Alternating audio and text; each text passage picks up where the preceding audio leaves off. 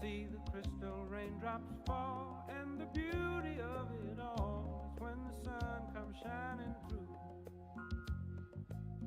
to make those rainbows in my mind. When I think of you sometime, and I want to spend some time with you, just the two of us.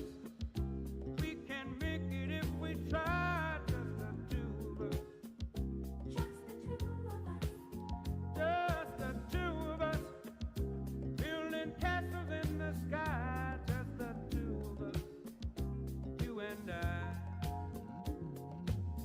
We look for love, no time for tears. Wasted water's all that is, and it don't make no flowers grow. Good things might come to those who wait, but not for those who wait too late. We gotta go for all we know. Just the two of us. We can make it if we try. Just the two of us. Just the two of us. Just the two of us. Building them castles in the sky. Just the two of us. You and I.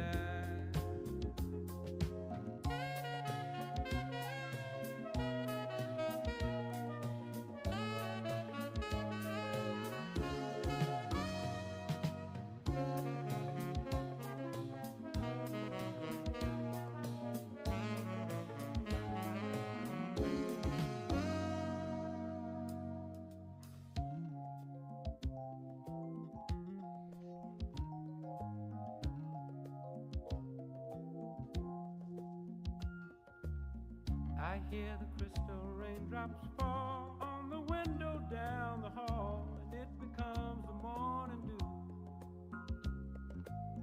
And darling, when the morning comes and I see the morning sun, I wanna be the one with you. Just the two of us. We can make it if we try. Just the two of us. Just the two of us. Just the two of us, building big castles way on high. Just the two of us, you and I. Just the two of us. Just the two of us. Just the two of us. Let's get it together, baby. Just the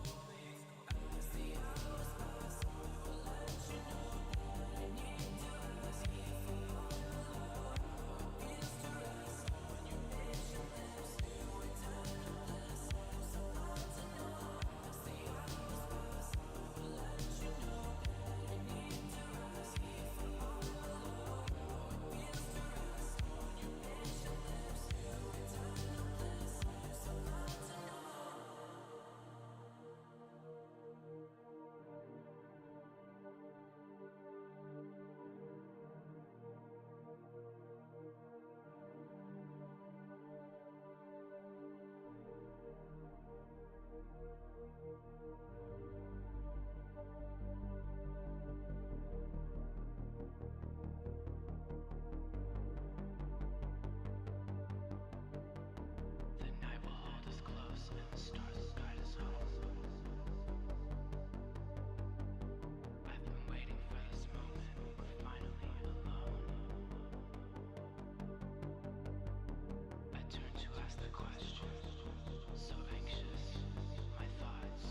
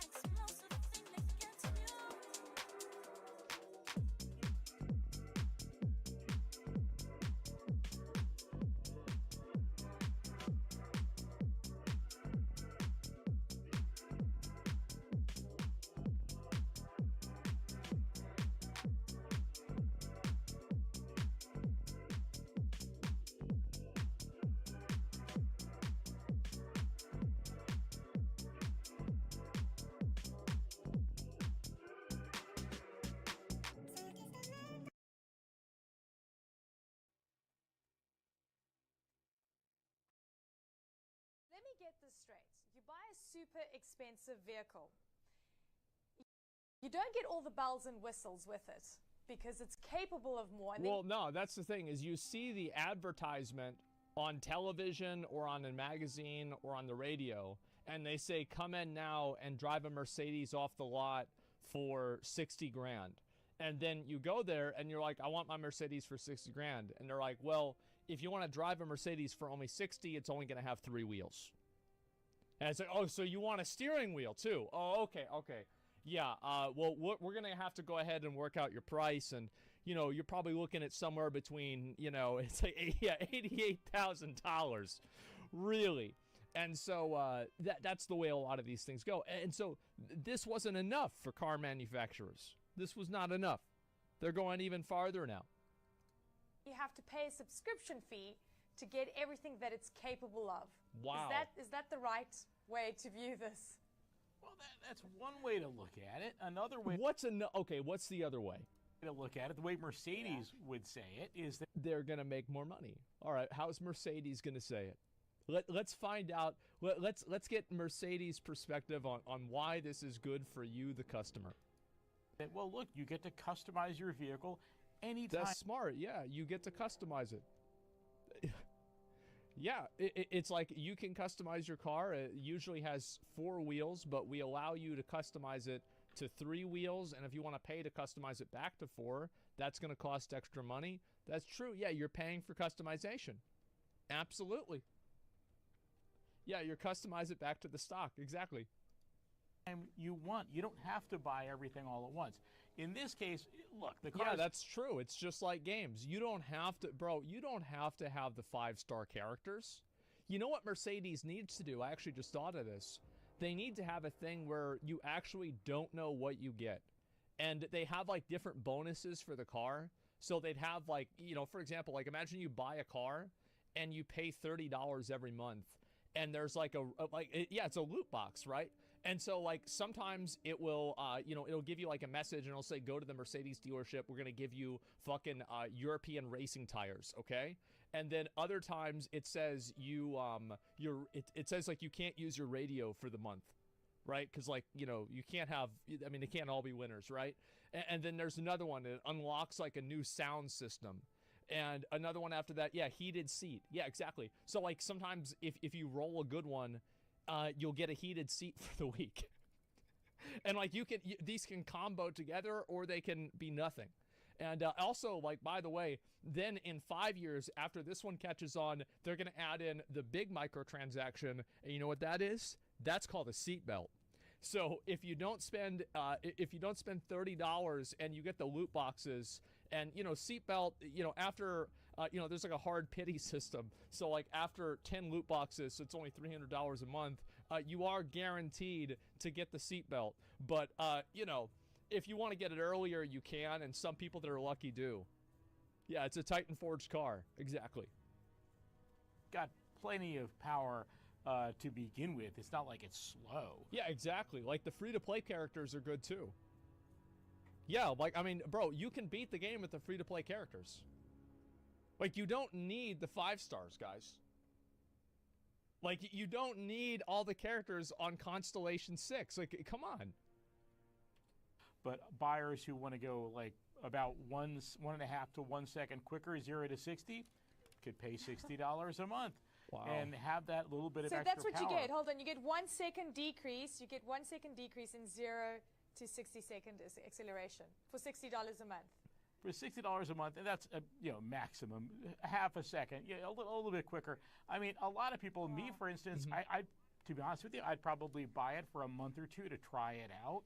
But really, do I need to accelerate onto the highway that fast when I'm driving an ordinary family sedan, not a sports car? I might not opt for it myself. Yeah. I think this is so bad, by the way. I love memeing about this, but like, and this is not something, keep in mind, this is not something that the consumers can protest. Because people like this guy right here and other dumbos, see these, what is the average age of a Mercedes customer? 57 years old. Okay? I just invented that, but I'm probably not that far off. These people are not conditioned like this is like their first gotcha game. And so they're excited. They're thinking about it logically. They're like, is it really worth it or not? You know, it's like, should I actually buy this new character? Well, the banner's going to go away in 6 days, and like, who knows when it's going to come back, right? And so, you know, they got the kids with like Genshin Impact, and now they're getting the adults with Mercedes, and it's basically the same thing. And valid argument I could think of: people buy the bonus power, subsidize people who don't. Mercedes could set the base price lower. Oh yeah, I'm sure that'll happen. But the thing is with this is what my concern is that being able to accelerate your car very quickly, there have been a number of cases where I almost got in an accident, and the reason why I didn't hit another car is because I was able to accelerate out of the way of that other car. So locking down functionality, and like how many of you guys have been in that case where like you have somebody, like there's like somebody driving around you and you like have to fucking go around them super fast? Like I had that happen a couple of times, and I'm very lucky. I've never been in a major accident, at least that I was driving. So I want to say that they are effectively locking potential safety features behind this. Because this is, again, like it would be one thing if you designed the car and it didn't have this, because not every car can go 0 to 60 as fast as Mercedes can. But what I'm saying is that this is an example of a car manufacturer who is locking something that could potentially prevent a fatal accident on a subscription for no reason. Straight up. Like that's what it is. And also, even if you think that this is not a good example of that, what do you think? This is going to be the only one? You know what I call this right here? Oblivion horse armor. That's right. If you think this is the end, no. This is only the beginning. BMW already has it. That's right. And it's just crazy. Let's see here. And Strawman, for that's kind of weak. Current iteration of it won't cause it, but it can grow up to that. I think it already, I think that just on a fundamental level, removing functionality from a car arbitrarily in order to charge the customer more, I don't think it really matters whenever you're talking about like a video game. Because a video game, like if you die in Honkai Impact, you don't die in real life, or Honkai Star Rail. If you die in Lost Ark, you don't die in real life. But if you get in an accident in your car, you can die in real life. So this is a really big issue. And I'm amazed, like the government, like what the fuck are these clowns doing over at the fucking government letting this happen? You're asking if TikTok can go on Wi-Fi? Meanwhile, Mercedes is putting in pay to win? They're fucking, they're putting a battle pass on safety in a car? What the fuck are we talking about? Pay to live? It's insane, man. There's a wearable airbag that'll stop working if you don't pay a subscription. Oh, I don't know about that. But I'm talking about this here. Acceleration is not a safety feature, according to NHTSA. There's nothing for them to do. I don't care what some random acronym organization says. Being able to accelerate and move your car extremely fast to avoid danger is clearly a good and important thing. If it wasn't, move speed wouldn't be the most important stat in every fucking ARPG. You know why? Because you can move out of things more quickly. Every fucking game, being able to move out of things more quickly makes you less likely to get hit by them. And somehow we're supposed to pretend like this isn't true for cars? Get the fuck out of here. Of course it is. It could also be more dangerous. Well, then don't buy the car. Same for animals. Yeah, it's just crazy. The logic doesn't exist whenever money is concerned. I have no problem if they want to say that we're doing this because we're corrupt and we want more money. Because then we have a real honest conversation going on, right? We have an honest conversation. But don't fucking go and pull the wool over my eyes and tell me that it's actually not for safety. It absolutely is. And also, think about how many other features could be for safety. For example, like let's look at different functionalities of cars in the last 15 years. I think that a really great example are like the cameras that you have on the dash. Some like new cars have this, where like it'll tell you whenever you're getting close. Like, yeah, parking sensors, stuff like that. I mean, I don't have one of those, but a lot of cars have this. Auto brake, automatic windows, yeah, lane assist. A lot of these things are all safety features. What is to stop these companies from doing that and then just paying these organizations to just simply not categorize this as a safety feature? Well, I'll tell you what's stopping them, or what's stopping them from doing that, or not stopping them from doing that. The fact that people are not out rioting because this is happening. And they shouldn't be in front of Mercedes. They should be in front of the fucking Capitol. Now, I'm not talking January 6th, okay? Before I get in trouble for this. I'm talking about just a state capitol. Go up there and fucking tell them this is not acceptable. Because the government are the ones that are letting this happen. Mercedes is just trying to make money. Mercedes, they are just working in their best interest. The government is what lets this happen. That's it. And this is the job of the government, not the people? Exactly. Yeah, the government needs to take care of this. This is so bad. Like, I think that just in general, like, where would I draw the line on this? I think it's very simple. You can't lock functionality of a car. You can't simply lock it for no reason. Like, just to make more money. So, like, if the car has that functionality built into it, that functionality has to be unlocked by default. And you can't charge extra money for it. You can't charge a fee for it, anything like that. They will anyway. Well, then just fine the shit out of them. Or just arrest the people that are doing it at the company for not listening to the government, and then the problem's gone. Like, it's pretty easy. People should hack them. Oh, I mean, the thing is that this is a problem for the government. This is a government problem. That's it. Okay, and this is big money actually, because it's not just Mercedes. General Motors, the other guys are doing this, and they keep in mind, this is a very good point. We're not going to single out Mercedes here.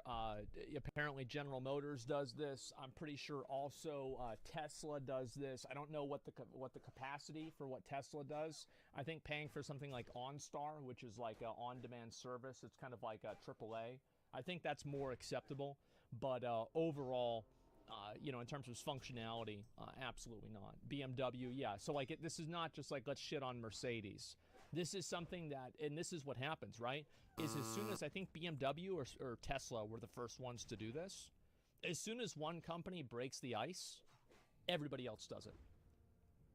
Everybody starts doing it. It's the same as remember whenever Twitter started paying or charging $8 to have Twitter? And then Meta and like all these other companies started doing the exact same thing that week. As soon as it happens, everybody starts doing it. making billions off this. This is a really interesting revenue model. Yeah, General so Motors has interesting. said, look, what automakers don't want to do is they want to be more like a cell phone company. Well, of course they want to be more like a cell phone company. Because cell phones have what's called, this is a really cute thing that Apple does. It's called planned obsolescence. That's whenever your phone stops working after an arbitrary period of time, so you have to go back into the Apple store and either get it fixed or buy a new one, so it looks like the stores are populated. That's why whenever you go near an Apple store, everybody's in the Apple store. You think it's because they're buying Apple products? No, they're getting them fixed. Where you put something out there and then you keep upgrading it. What they want to do is like, look, this is It's a not way an for us upgrade. to get recurring revenue out of a car rather than just a one-time sale. We can keep saying, hey, you want better navigation systems? You want more sophisticated cruise control systems that can... Yeah, so you want cruise control. You want to be able to drive the car. So you want 4 wheels and not 3. So you want mirrors to see behind the car. Okay, well, that's going to be something. That's something else, right? You're going to be able to customize the car the way you want. Change lanes for you. Well, we can add all of that. So it's got the recurring revenue aspect, but also it has the benefit of like your car is going to sort of last longer and be better for you. because new That's stupid. Why would your car be better for you because something's arbitrarily locked behind, like, that's what are you talking about? This is the dumbest thing I've ever heard. Why would it make your car better that you can't use a system? Why would it, why would it last? Like, that's just, it's so dumb. software, new additions might come out later on that make your car better and better, so it helps the ownership experience. Well, how would the addition come out? Like, I don't understand. Like, they have heated seats. There's like a paid subscription thing for heated seats, right? This is in Europe, I believe. Yeah, BMW. Yeah, I read about this like 6 months ago, and I told you guys. So, like, what do you think they're going to do? They're going to have like a new patch to where it makes it even hotter? Like, what the fuck? Like, what is this? There were 17 writers that wrote this guy's response, so it doesn't sound like bullshit. Well, I don't even know who this guy is. As well. But I think that recurring revenue stream is really what they're interested in. It's really. I bet it is. Yeah, I think this guy, that's the first point he's made that I agree with. By the way, I know people are hating on this guy. I think it's really important to, whenever you have a news thing, you have to bring somebody who has the opposite perspective out there so you can hear what they have to say. You can hear just how fucking dumb it is. It is fascinating. It's but one thing you must fascinating. remember, if you've got an entry or mid-level model, sorry, you can't get those upgrades over the air. Impossible. You Peter, great to can, have you but they're on. not going Thank you so to much. let you be more. Yeah. Okay, that's about right. They even getting fake glasses, make him seem like he knows more for boomers. Yeah, I don't know, man. Wear him a suit and everything like that. Paid DLC for cars. Yep, there we go, boys. No, thank you. To activate, and I love how people. This is what's so sad to me, is that people respond on Twitter and they think that they have some sort of like, oh well, I'm not gonna buy it, bro. In New York, I for just us, got done with a 10-year crusade against this with video games. And you know what the crusade ended with? Me losing. Because every fucking game now is pay to win, except for a handful of indie games and maybe 3 titles a year from AAA developers. Everything else is completely fucking pay to win. The gaming industry is totally fucked because of it. Every sense of accomplishment is compartmentalized behind some sort of payment that makes it not matter as much. And the entire idea of playing video games has been compromised. And I'm sorry, but I don't really give a fuck that much about it because it's a video game. But this is a car. And this is a lot worse than a video game. How in the fuck are people not rioting at their policymakers and lawmakers saying, don't let this happen? And I'll tell you why they're not doing it. It's because they're too fucking focused. Well, I'll tell you right here. Yeah, on Armored Core and Himiko. That's fucking why. That's why the young people aren't focused and the older people aren't focused, because they think Tucker Carlson got fired from Fox because he exposed the lizards that run the world. I'm losing my fucking mind. I wonder if by the time it's like, maybe think about it like this, right? So here's an airbag. So the thing is, if you don't have airbags, the car crash will just kill you. So you don't have to worry about going to the hospital, having to pay extra bills, having to, like maybe have a disability, having to recover. You won't have to worry about any of that because you'll just be dead. So it's like, really, you can opt into the airbag system, but, of course, in 50 years, right? So it'll be like $7 million for, like a box of tissues at an urgent care center. So, you're going to have to go into tremendous debt and, indentured servitude for your lineage for the next 1,000 years. Man. I am amazed that people, like, why is there, like, let's see who's talking about this. Let's see what Biden is saying. Joe Biden. Does he have any tweets about this? I've been fighting for years now around Medicare to negotiate the price of drugs. Oh, thank God. Let's keep the private companies on life support with the government. That's so great. Thank you so much, Joe Biden. This is really helping us. How about fucking single-payer healthcare like every other developed country? fucking moron. Investing in America agenda is rebuilding the economy. Yeah, so there's just a bunch of nothing. Let's see where, who else? What do we have here? Ted Cruz. Let's see what old Ted's doing. Okay, let's see here. I'm incredibly bullish on Bitcoin. Bitcoin specific. I can't even watch that. I'm gonna lose my Bitcoin, bro. It's not even real. What are you talking about, man? It's not even fucking real. You're gonna get ratioed on your own tweet. This is it. I can't believe it. He's 10 years late. What is this? Like, I bet in 10 years he's gonna start telling us how good gotcha games are gonna be. Here's the thing. He's not talking about. How about Dan Crenshaw? This is another guy. This another guy. He's in Texas. Let's see. Is he talking about it? Can we please have Bill Maher? Oh God, Bill Maher. Thank God.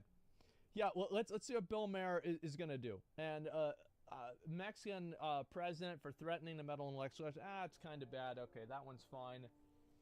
70. Oh, it's Joe Biden again. Bro, what the fuck are these guys doing?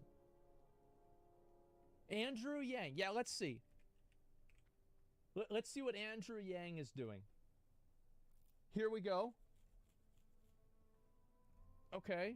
America is insecure attachment. That's kind of decent. Future of work. Okay, this is relevant. Okay, this is just about some fucking sports shit, I guess. All right. This one's not really quite as bad, but there's still nothing about it. AOC?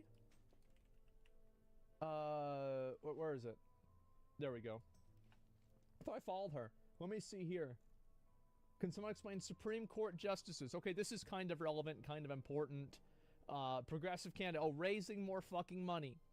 This seems bad. Chief Justice. What about people that are in cars? Oh, this is Twitter that's censoring people. Oh my God. Oh my fucking God. Because it isn't new. I remember Mercedes doing this like 2 years ago. I'm losing. Do Trump, brother. Do Trump. Check on Trump. I've never been to Freedom Social or whatever the fuck it is. I have no idea what it is. It just makes me so mad, man. Makes me so. What about Rand Paul? Rand Paul. He's got to have something, right? Safe Banking Act allows illegal cannabis businesses to access. All right, that's fair. Okay, good job, W. Rand. Fully vaccinated people go outdoors with a mask. Never forget, bro. This shit happened 2 years. This is like 2 years ago. Fucking move on. I don't want to think about COVID again. They're making cars pay to win.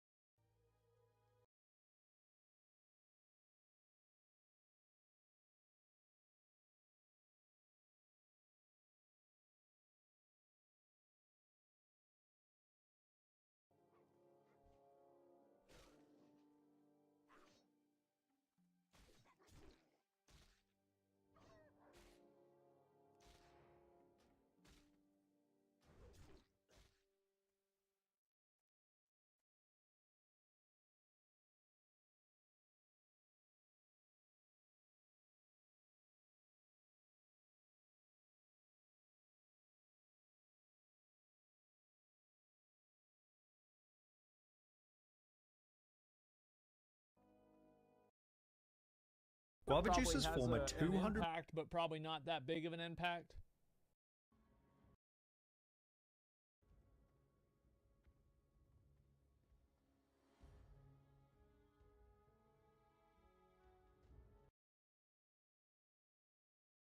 In my last video, we talked about the dying Is this landscape of PlayStation 5 scalpers who now have to sell their dozens of consoles that they've amassed at a loss because, That's good, well, okay. nobody's buying PS5s from scalpers anymore because supply is caught up with demand, so might as well just buy it from... I'll be honest, if you're a scalper and you let this happen and you got stuck holding the bag with this many PS5s, you are an idiot and it's your fault.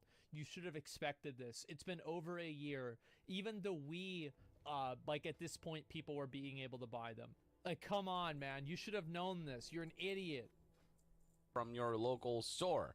And that brought a smile to my face. You know what else brings a smile to my face? The dying landscape of NFTs, this useless piece of technology that has yet to provide any sort of benefit to users. It's just the commodification of digital assets, turning digital assets into investment opportunities by making... For dumb people who think they should be rich. Remember what I told you guys. That Seth Green NFT thing, that was the turning point. That was the point where as soon as that happened, that was it.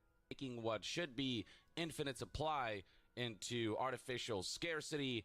It's just nothing useful here. It's also bad for the environment. It's done more harm than good. It just makes things more inconvenient for the sake... Well, nobody wants NFTs. Like, NFTs provide no value add to the average user. That's why people don't give a shit about them. If you had, if there was a value add, then more people would use them. Of essentially another form of gambling that allows scammers, schemers, and con artists to engage in pyramid schemes, triangle schemes, in the hopes that they're able to amass a mass pool of Triangle money schemes. that they can take a significant chunk out of, while the majority end up making losses through these kinds of investments. All they are digital receipts, the digital assets. You only own the receipts, not the digital asset itself. You don't own the JPEG. Yeah, but you have the receipt though, right? So it's the same thing as, you know, like whenever I go to, I go to Best Buy and I buy a phone and I have the receipt for the phone, that means I own the technology behind the phone. Yeah, I mean, obviously that's how it works. That Ooh, my anyone cool can looking download receipt. from the internet. It's just all silly shenanigans that contributes nothing to society, nothing useful. And so after NFTs doesn't. peak in late 2021 to early 2022, it's kind of crashed significantly when it comes to interest surrounding it. Google searches... Somebody says, I work for a company that is adding value with NFTs, so not all NFTs are trash, just saying. Do you want me to upset you by asking what do you think that value is that NFTs uniquely provide that was not already, that did not already exist before NFTs? What is this imaginary value that NFTs provide? Ownership of digital books? Why would anybody care about that? You already don't you already have the like, what's that thing called? Where like Kindle, yeah, you already have Kindle. Like, why would somebody care about this more than Kindle? You can't sell your Audible books and you don't own them, much like Steam games. Well, you can sell your account. That's not easy. No. So why? Okay, so let's think about this, right? So if you're selling digital ownership of a book, I'm just saying, work for a company that's making changes in the space with NFTs. But that's not a change because it adds no value to the customer. Like there's nothing new that's being added here. Why would somebody use this and not Kindle? Do you think somebody's gonna go through and try to resell a book for $3? Being able to own and sell your items isn't valuable? It's not, because once you get to a certain amount of value, like how much is a book? How much is a book on Kindle, guys? They're $10. So if you're selling a book, so it's got to be less than $10, right? Like logically, it's got to be less than $10. Free to $10, $6 to $20. Yeah, sure. Let's say it's $10. If you're selling it, it's got to be less than $10. So it's probably going to be $8, because if you're selling it at $10, why wouldn't somebody just buy it from the person who's making the books? Like, it just doesn't really make any sense. Another author makes money every time the book sells. With the current books and Kindles, you can't do that, and the author never makes another dime. So your entire business idea is completely backwards because your focus is not on the end user. Every business that is successful because its prime directive is improving the experience for the end user. So whether the author is successful or not, or the author makes money or not, is irrelevant because that doesn't matter to the actual user. We have e-readers that are $3, partner with Ingram, which choose publisher. Oh, I'm sure. The end user does have an improved experience though. Well, here, let me ask you this. Why would you need an NFT to sell a book? Like a virtual book? Because couldn't you just have a token that's associated with the account and you just transfer the token? So we talk a lot about digital ownership here, and we talk about that a lot. What I'm saying is that digital ownership doesn't exist. There will never be any value in the scarcity of digital ownership. The only time it exists is inside of some form of like a video game because there's artificial scarcity that's created. Nobody gives a shit about digital scarcity. Digital ownership means nothing if you can copy paste. Yeah, that's it. Like it's just, it literally is just, there's no value to the user to have to own a picture versus have a saved version of the picture. Like it's functionally the same thing. I went off on a tangent, but yes. And whatnot when it comes to daily users and when it comes to daily trading. And even companies like Meta are seeing the writing on the wall. Back in March of 2023, it was reported that Meta is winding down support for NFTs on Instagram and Facebook, two of the biggest social media platforms in the world. Here's how one of the higher-ups at Meta put it. This is Stefan Casriel. He tweeted, "Some product news across the company. We're looking closely at what we prioritize to increase our focus. We're winding down digital collectible NFTs for now to focus on other ways to support creators, people, and businesses." NFTs, I feel, are intrinsic. Yeah, of course, because that's what people care about. I'm not talking more in depth about because you'll have a lot of good ideas. They're smart, but this isn't like other NFT scams, I promise. If I had $1 for every single time somebody told me that it's not like other NFT scams, I could almost afford a Bored Apes NFT. So, number one. Number two, I'm not saying that it's a scam. I don't think that what you're doing is a scam. I never said that. I'm not even implying it. All I'm saying is that the idea of digital ownership is a novelty and not a actual value. I think this has become, it is just so readily obvious in every single way. And the entire market of people have pretty much decided this. Like owning a picture on the internet is functionally the same as owning a saved version of that picture on the internet. There is no functional difference between these two things, and because there's no functional difference, then nobody cares. It's the same thing with anything else. Tied to the metaverse, and Meta as a company is so heavily invested and so bullish on the metaverse that they renamed their entire company from Facebook to Meta.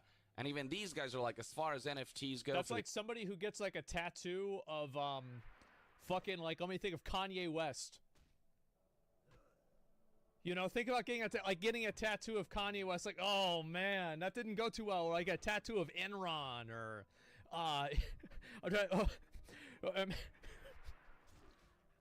TSM, right? I mean, these social media platforms, it's just not working out. It's just not worth focusing on. What does that tell you about the landscape? And well, it's only gotten worse since, as reported by CoinDesk here via this article published on April 20th, 2023. The headline speaks for itself. NFT marketplaces sales users drop to lows not seen. What a surprise that this thing right here isn't actually worth any money. I thought the world was having a collective fever dream for the last 2 years, but it seems like now people are finally waking up. Yes, it's worth nothing.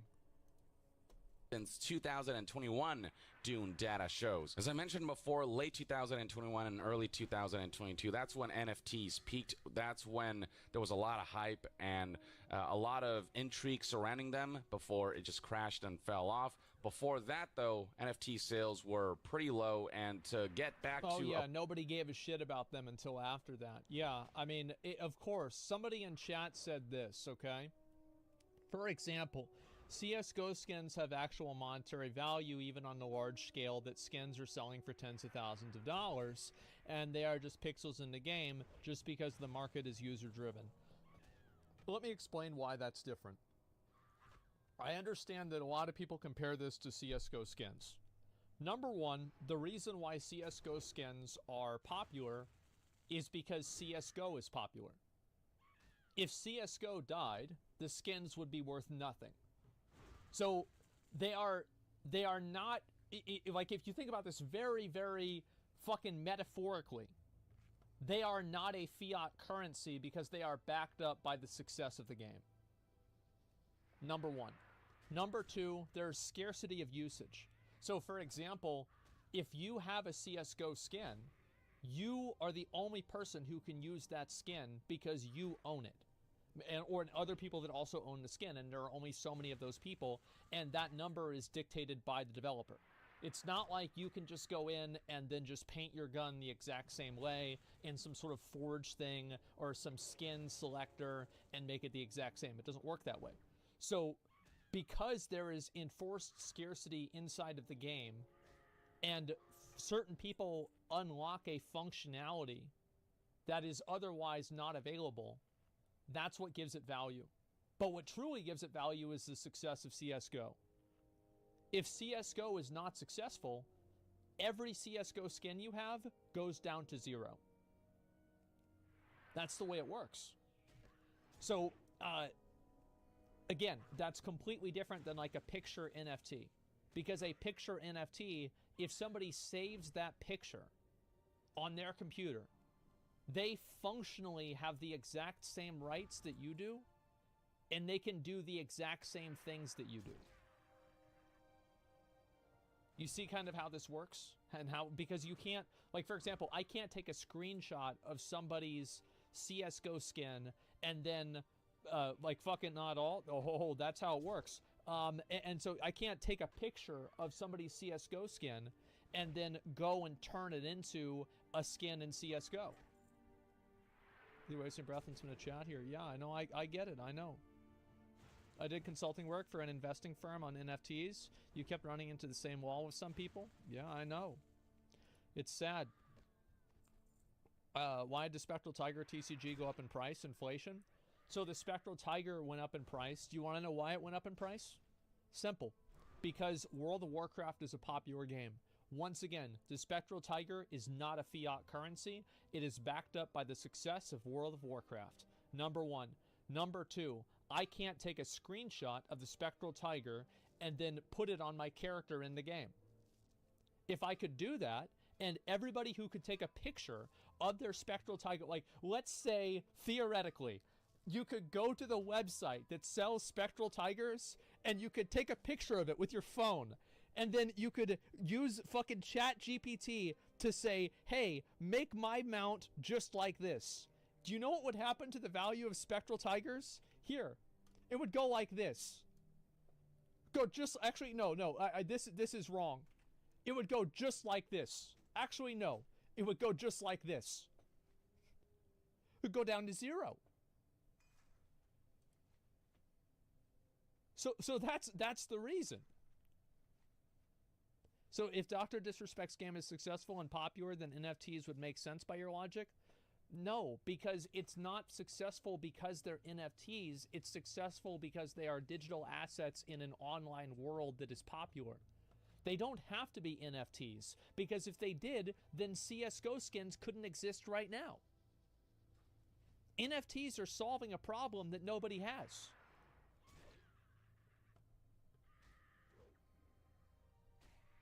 I've said before that if there's a good game that is an NFT game, I will play it. I don't hate NFTs. I don't care about them. I just want to play a good game. It doesn't matter to me. We have so many NFT bros. You're preaching to the choir. These dudes brought this idea. It needs to be validated. Listen, man. You can use texture swap and WoW all the time. Yeah, but you get banned for it, right? Like there's accountability. Like you can't realistically do texture swap, and you can't, other people can't see it. Only you can see it. I don't think public ledger, it depends on licensing, distribution around it. Nobody gives a shit. You know, because we'll license on it. It's not validation, it's just new tech, and some people are abusing it, but there is value in it. Well, let me know whenever that value is realized. Because being able to resell a book, NFTs did not invent this. Being able to resell a digital item, NFTs did not invent this. That's just how it is. Argument made by these people are that NFT technology would change the ownership of how CS:GO skins work, but they don't argument. They don't understand it's the exact skin, exact same. I have my skin until the server shuts down. Well, you don't though, because I think that I don't know about how the ownership of it is, but couldn't they just turn that off? Like, couldn't they just ban you if you use the skin? Any user of that skin, or just make it invalid to function with the game? Yeah, so you don't even really own it.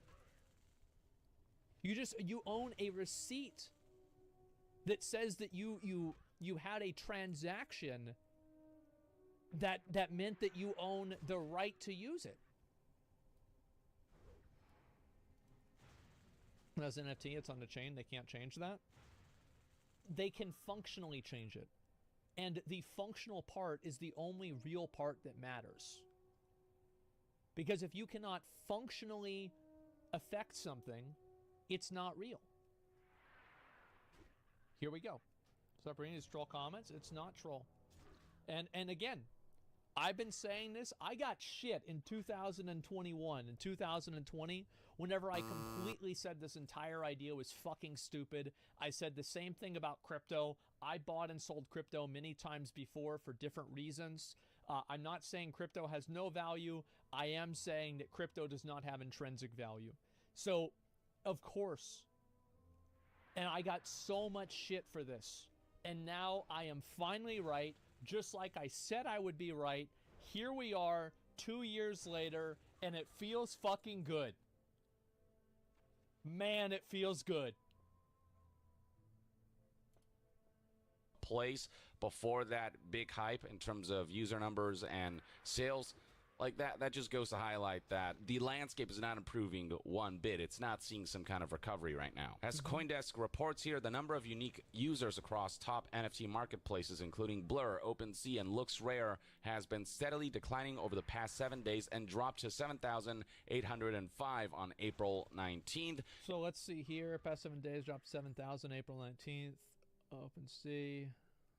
Low since July. Wow, that's a lot. What's the most they've had?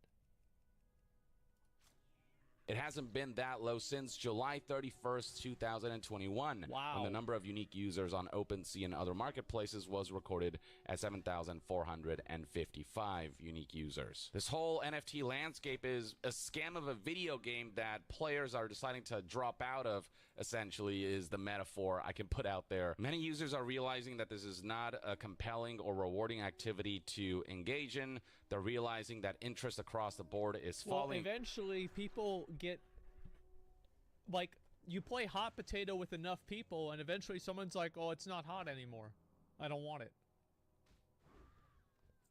Like, didn't Logan Paul or some guy buy an NFT for, it was like $400,000 and now it's worth $8?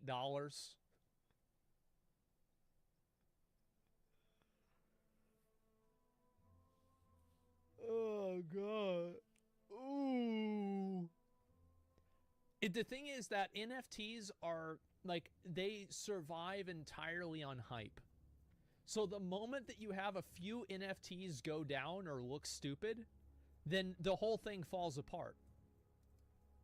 Including from major companies like Meta, and it's just one of those long-term things that is just not worth staying on. Greater fool This is theory? a train that right now seems to be headed off a cliff. I also Now, find it to be very telling that Bill Gates and Warren Buffett, two people who, it seems like they, you know, you look at the most richest people in the world, these guys are always on that list, right?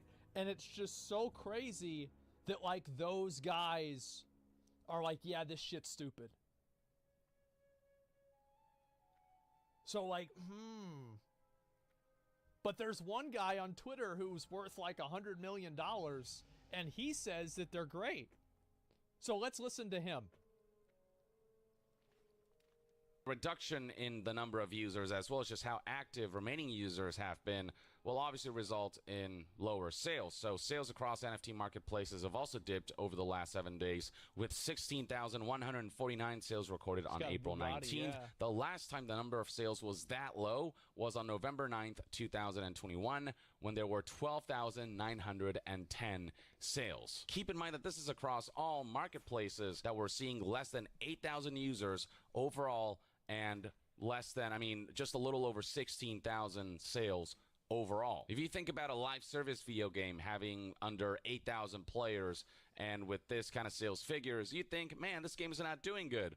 That's kind of what it feels like with the NFT landscape, doesn't it? The article continues, both top marketplaces, OpenSea and Blur, are seeing notable declines in unique users and sales. And there are a number of users on Twitter who have highlighted visually the kind of decline we're seeing with NFTs. Here's Giancarlo, for example, tweeting, there's been an incredible drop-off in unique NFT buyers/sellers in the last week. Less than 10,000 wallets now on all platforms. And going to the image that he presented, you can see right here that the different colors represent the different marketplaces, and you can see this big dip right here. This is April 17th. You can see just how much lower this... Oh yeah, because eventually people just get used to they get bored of it. That's it. It makes sense. Bar right here is compared to even January of 2023. And here's another chart by Hill Dobby that goes back even further, showing comparisons between now and back in 2021. OpenSea trader count down to pre-summer 2021 NFT boom numbers. Yikes, emoji face. You can see right here, indeed, a line is drawn from where So we're they were currently peaking at almost like 80,000 transactions.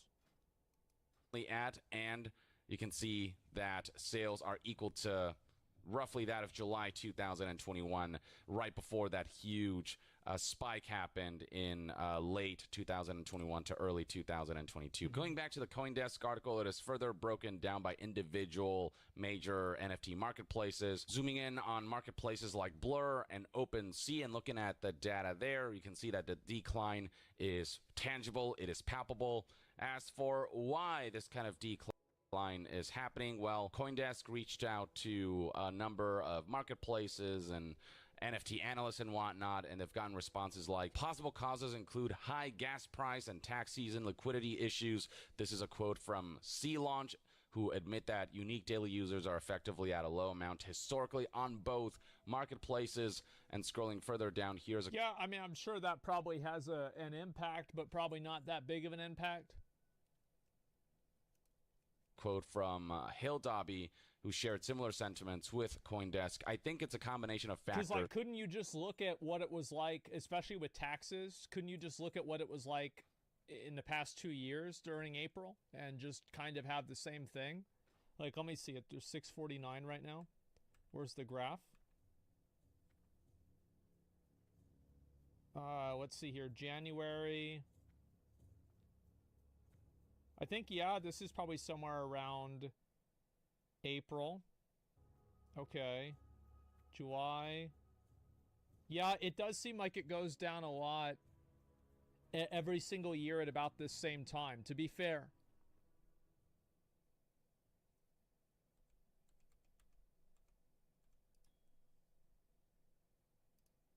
But the biggest factors, in my opinion, are that not much interesting has been happening in NFTs lately, and rapidly rising gas prices aren't helping. Gas prices, for those who don't know, are fees charged when engaging in blockchain transactions. The higher the gas price, the less people will be incentivized to do trades because it'll cost them. And while I do believe that that isn't helping, I believe the primary reason for why NFTs are crashing is because not much interesting. Yeah, people aren't talking about them anymore. The reason, again, these things survived, their oxygen was hype.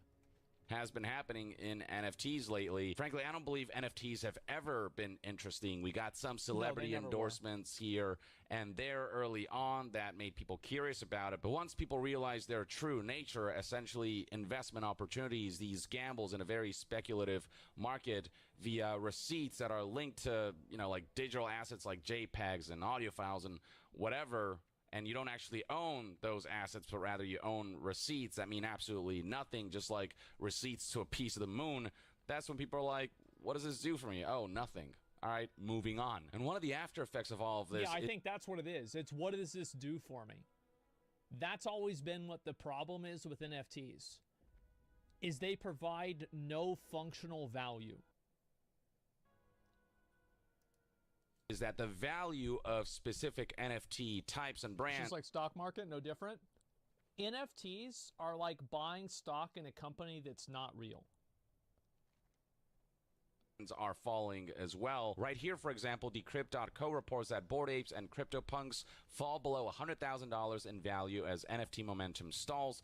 Blue chip NFT projects are losing value as some trading metrics across NFT marketplaces fell to nearly 2-year lows. And scrolling down here... Yeah, and I guarantee you this is going to cause more people to stop using it. Because like as soon as people start seeing blood in the water with NFTs, everybody else that has them right now is going to start trying to sell as fast as they can to get out of the market. So like as soon as you start seeing things go down, it's like failure begets more failure, success begets more success.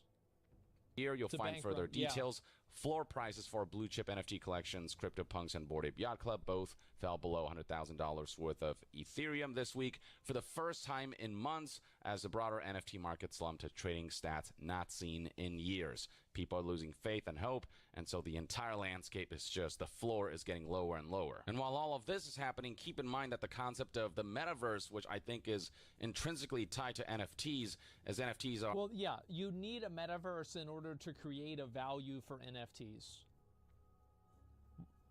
Like, that is the ultimate value proposition.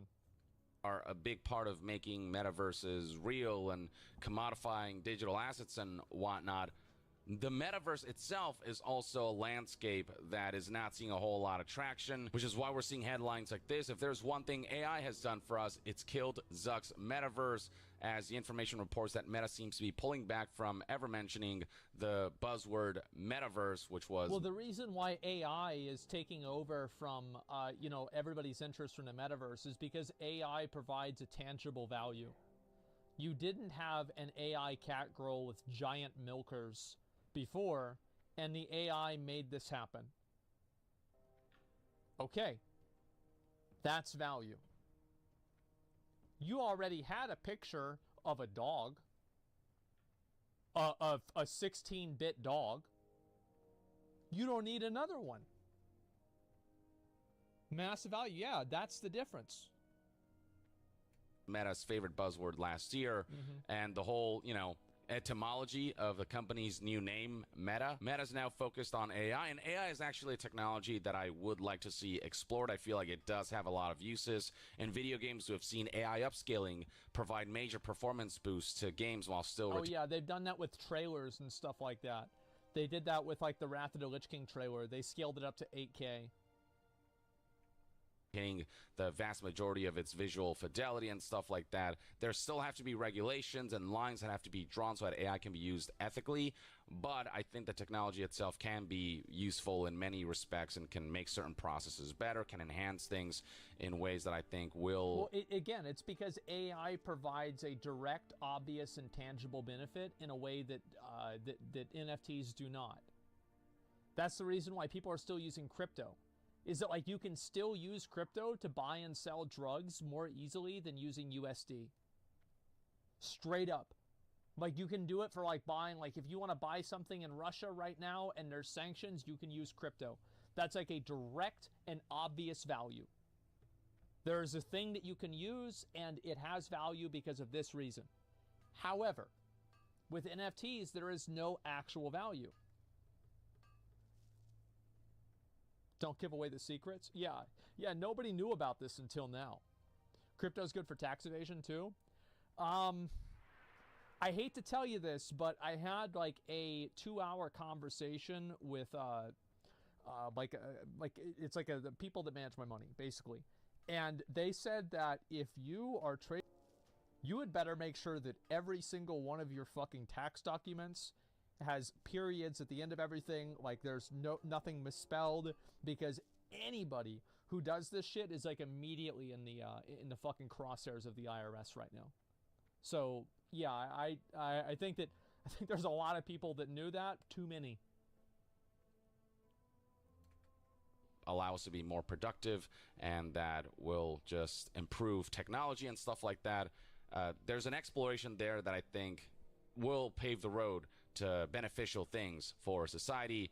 But NFTs, metaverse, all that jazz, I just don't get it. Like, they've yet to provide, any company exploring this landscape has yet to provide a single good explanation for how the metaverse and how the adoption of NFTs and blockchain and whatnot will benefit us in any way, shape, or form. Yeah, in a real beyond, way. you know, essentially serving to line the pockets of corporations while screwing over many people who will invest in this kind of stuff, and the majority will end up losing money. And it's not just Meta pulling out of this stuff. Companies like Microsoft and Disney are reversing their bets on the metaverse. And Well, because also, you know, again, it's not popular anymore. It's literally that simple. People just want to follow what's popular. And AI took over, and nobody gives a shit about NFTs or metaverse anymore. the fact that metaverse... And yeah, you're right. It never was popular. You're totally right. The only reason why it seemed to be popular is the people that had a vested financial interest in it knew that the best way to make it have value is to talk about it constantly. It's like one NFT fan sounds like 10 NFT fans, and one, like 20 normal people sound like one normal person. Are also kind of crashing and dying out won't help the NFT landscape, which could have potentially been boosted if the concept of the metaverse had gained some traction, which it isn't. So suffice to say that NFTs and metaverse are seeing a kind of worst case scenario where the masses are not interested in this stuff. I It's wonder failing why. to garner mass adoption. It's only being cheerled by niche groups and enthusiasts. Well, it's being cheerled by people that have a vested financial interest in its success. Those are the people that are trying to promote it. But yeah, everyone else, the masses just don't understand what it is, don't really seem to care for it. When they do understand what it is, it's just, it's a fad in the truest sense of the word until they find a way to make this stuff actually useful and not just financially lucrative for corporations. It'll remain a fad, and it's really not hard to see how we ended up here, why NFTs are Well, diving. we didn't end up here. We've been here. It's just that people are now just realizing it. And That's the the difference. interest, the number of users, and the number of sales surrounding it are getting lower and lower. People are ultimately not missing out on anything by missing out on NFTs and metaverse in their current state, in the way they're currently being presented, in the ways that they're currently being utilized. Or at the very least, that's one man's take. Let me know in the comments below what your thoughts and opinions are on I'm the glad current to see state it, of boys. NFTs. And to be further updated on all things gaming news, reviews, Man. and discussions, stay tuned right here on Young Yeah. I'll see you guys next time. Young out. Man, I love seeing this. Oh, man. This is just, it is really something special to see. This is great. Dr. Disrespect is screwed.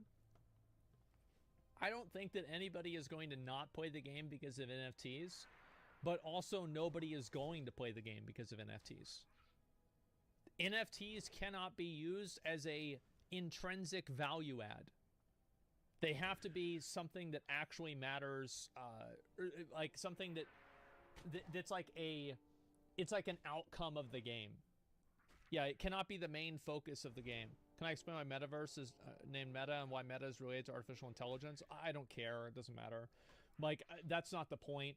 I feel like they renamed to Meta before Metaverse became really big. Like, I'm just saying in general that it's not that big of a surprise that you see a lot of people moving away from NFTs, because there's just been so many NFT scams. It just makes people look bad. Like, why would you want to do an NFT project right now when, even if you're trying to do something good, everybody's just going to call you a scammer? So, like, is it really worth the PR hit to do this? Obviously fucking not. So weird that my digital certificate of authenticity for this shitty JPEG isn't retaining or appreciating in value. Yeah, I know. I can see that. But that's what you fucking get. I mean, again, the people that were spending money on this kind of stuff, are just absolute fucking morons. I think anybody who actually thought that this was...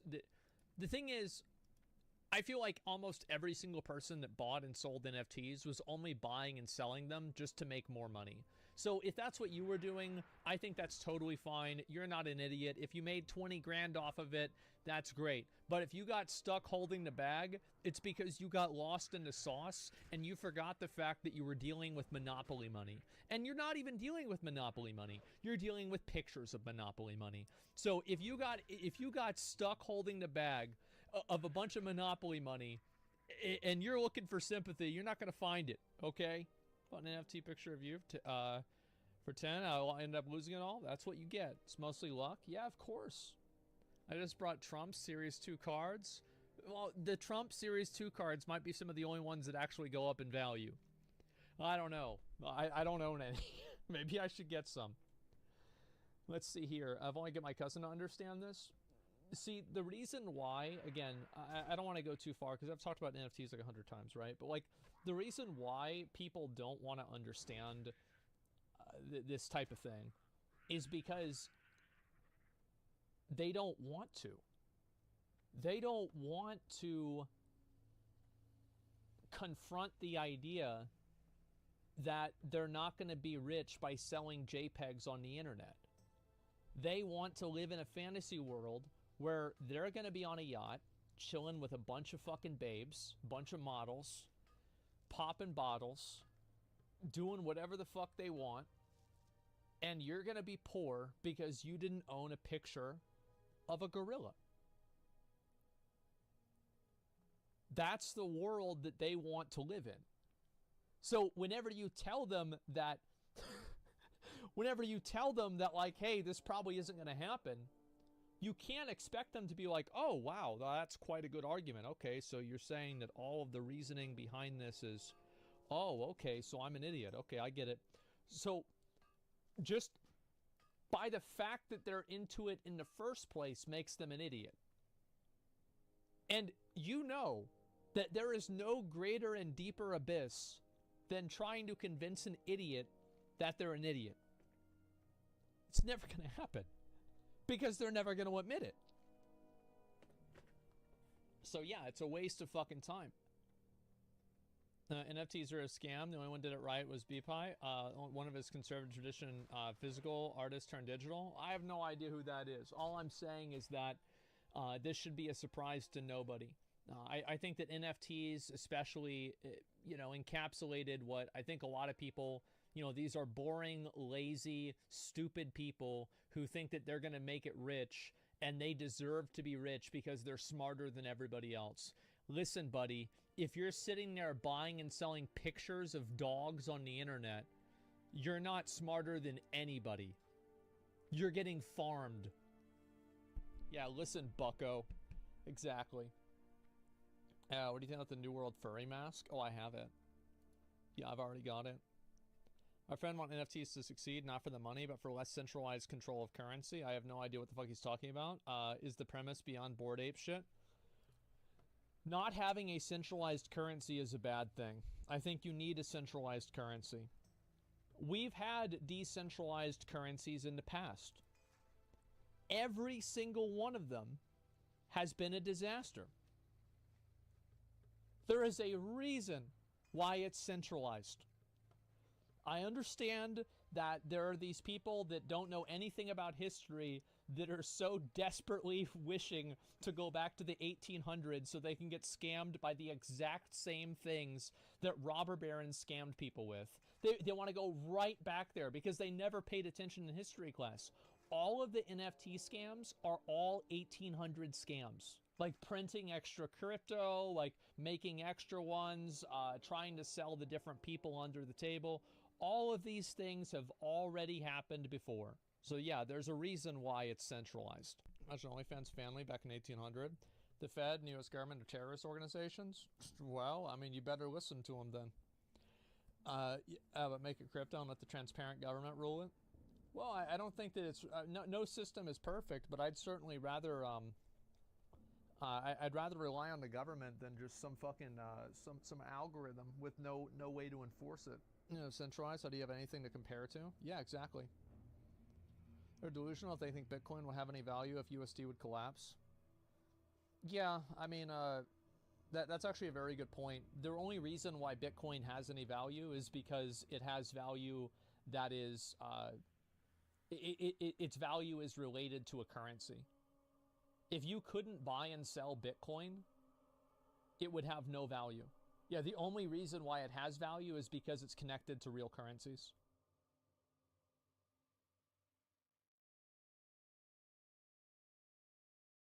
Million view months have declined by over 90%, with many of the Well, I feel like 20 million views is still really good. Like, I mean, 20 million views a month, that's great. these recent views coming from shorts, as his long-form content gains roughly 100,000 views a video. What on earth happened? Let's travel back to his absolute peak. Okay. January 2017, 249 million views. Why was he so successful at this point in time? By then, Guava Juice had already been on YouTube for over 11 years, during which it became apparent that he was incredibly talented at latching onto trends and had built an intuition for what was popular on YouTube at any one time. For example, his 2007 music video parodies were similar to what bro, like, remember whenever everybody used to have that hair? Like, I had that hair too. Holy fuck. Like, Eric had that hair. He's bald now. I had that hair. Like, so many of my friends did. Smosh had become successful with, and by 2016 he was still competing with other top-tier gaming YouTubers like Vanos. Unfortunately, this also meant that Guava hadn't really carved out a specific lane for his channel, which is a necessity for long-term YouTube growth. Well, arguably. You can get reasonable views by joining a genre and making a contribution. However, explosive growth usually comes from pioneering a brand new or underperforming genre, as Guava Juice would come to discover in— I think that a lot of times, like, you can get a ton of views just by doing something really well. Like, as long as there's a large audience for it, just doing one thing really well is all it takes. But in general, yeah, like, creating your own genre of content is going to be obviously the largest because there's no market cap on it. Sure. In 2016, after uploading a video simply titled Orbeez Bath Challenge. Now, there was no denying that this video was targeted toward children. However, it still had many different elements of relatability, leading the video towards success. For example, anybody could access Orbeez. Most people have a bathtub in their house. Bro, can they access that many of them? Like, who's gonna go be like, Mom, I need you to buy a bathtub's worth of Orbeez? Pose this question what would be the outcome of this experiment if you did it for yourself? This made the video extremely enticing to click on, and once watching, Guava Juice then validated the audience by providing the exact outcome that everybody had clicked on the video for. A bathtub filled to the brim with Orbeez, which when combined with a cameo from Spider-Man, made for the perfect viral video. Each of Guava's bathtub uploads followed this similar premise of what would happen if you did this in your own house. There was always an element of— I love how they do this, and then, like, he's like, oh my god, it's foaming over. Let me go put the fucking Tupperware thing, like, right in front of this so, you know, it doesn't leak anywhere. Like, he actually moved it over in that direction. Oh my god. Curiosity. His Oobleck Bath Challenge even provided a guide for how to make the liquid, and it posed the question of, well, is he going to get stuck when it finally dries at the end of the video? His Lego Bath Challenge posed the question of, will he get hurt? While his Diet Coke and Mentos Bath Challenge implied that the Coke might fizz everywhere. Each episode was only 3 or 4 minutes long, so why not click and see? It's stupid content for 12-year-olds. It's great. This is fucking great. Because if I was in middle school, I would watch every single fucking one of these. Absolutely. If I was 10, dude, I would want to do this myself. The potential outcome. The short nature of the videos also meant that they didn't waste the audience's time and were optimized for watch time percentage. And while this goes against the classic trope of longer videos equals more watch time equals better performance, this has been disproven by people like David Dobrik, who have shown that 10 4-minute videos can be better for retention in comparison to one 40-minute video in its full entirety. Regardless, Guava Juice's videos were doing so well that even his water bath challenge cracked 5 million views. Out of all the bath challenges I've done, son. I'm surprised I never tried water. Leading him to experiment with other types of content, in which he'd reveal another simple yet key success component. He was actually excited to make each video. Despite being in his mid-20s... Yeah, I mean, I think it would be funny to do something like that. Sure, it's... Why not? Yeah, it's funny, sure. I mean, it's stupid, but like, yeah, all right.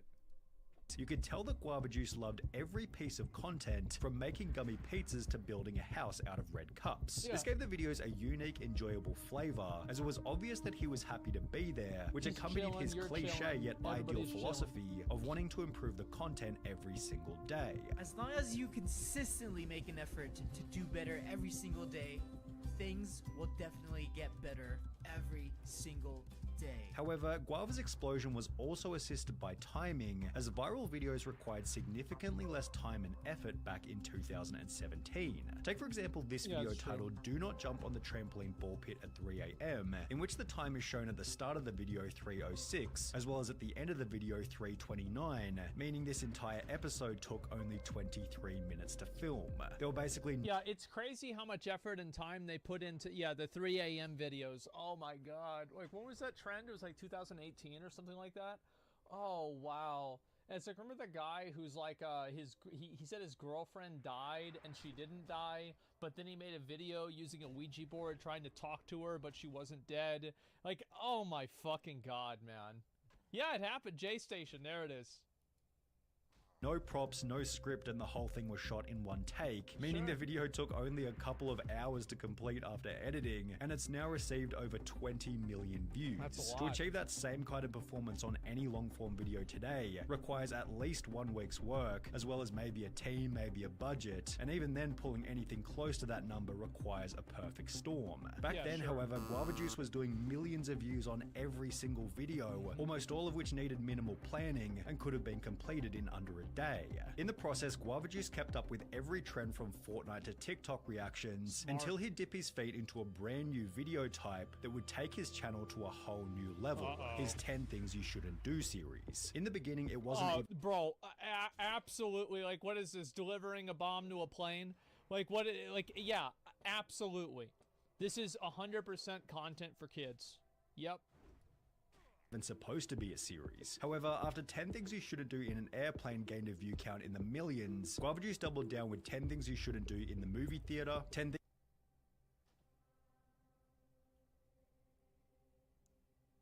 As an American, this hits different. Things You Shouldn't Do at School, and 10 Things You Shouldn't Do on a Train, each of which performing incredibly well, and it's really no wonder why. The videos were comedic, relatable, and had a bunch of effort put into them. They usually had multiple people per skit, as well as a full set for every video, which made them extra unique, especially when combined with Guava Juice's absolutely insane style of comedy. Don't be a food inspector! Hello, my friend. How may I help you today? Hello, I'm the food inspector. Could I have one of each food, please? Sure thing. Follow me. I love inspecting food. Right this way, Mr. Food Inspector. You see, all the food should be right over there. What is this? You should have left Woody on the chair! Master! Are you here to save me? Now stay here for the rest of your life! I am so glad that this didn't come out whenever we were younger, because if it did, Jeff would have made me watch this video 10 times in a row.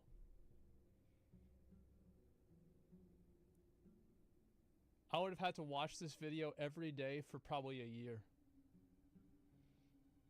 I remember what it was like. Hey, Daddy, is that you?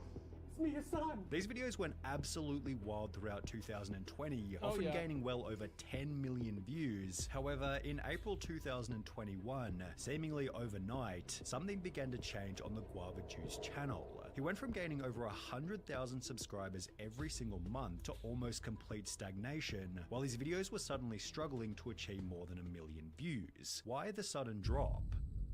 The decline seemed to begin with a video by Danny Gonzalez, posted only 2 weeks prior, titled "Guava Juice is Out of Control," in which Danny would critique the absolutely insane nature of every Guava Juice video in a fun and entertaining way. It's just so hard to follow. It's like, is this even a story? Is there a plot to this? They're just like... No, it's not. It's basically his videos, it seems like what they're like is they're like 8-second TikToks just put together into a 6-minute video or a 4-minute video. That's basically what it is. Doing random things and crazy things are happening. He can't really subvert our expectations anymore because our expectation is just that something random is going to happen at all times. The video received over 2 million views in less than a week, and while it acted as somewhat of a compliment, since Guava Juice was trying to make insane content, Danny's video would also act as a catalyst for the short-term retirement of the series. After uploading an episode on the 3rd of April, Guava Juice didn't post a 10 Things You Shouldn't Do episode until almost 3 months later on the 27th of June, after which it became obvious that the quality of the series had dropped off. I think that really everybody, it's like the airplane one is just simply more compelling because of like 9/11 and shit. Like everybody's gonna watch that to see if he's gonna try to bring a bomb on the plane. Like, I mean, do I really have to say this? Come on. Significantly. For example, Guava Juice's 10 Things You Shouldn't Do at Disneyland felt like it had been thrown together with no prior planning. There was no set, there were no characters, and the jokes felt random, but in a way that was more like, what the hell even is this anymore? Don't feed the birds.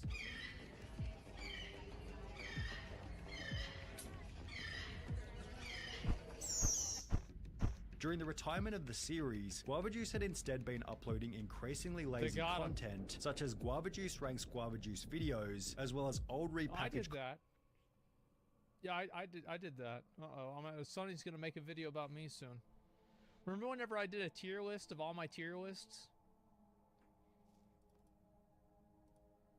Compilations, such as Best of Guava Juice 24-hour livestream, both of which subtly implying that the glory days of the channel were coming to an end, as was also indicated by the thumbnails. During his peak, the thumbnails felt clean, straightforward, and were on par with YouTube's meta at the time. And while some of his 2021 thumbnails were definitely on the cutting edge, there were others that felt crowded, dated, or just straight up confusing. The channel seemed to have been struggling from a lack of effort and innovation. However, their YouTube originals. Guava displayed his confidence in the show by purchasing a billboard at LAX, and it was looking like this series could reignite the channel, although only in the beginning.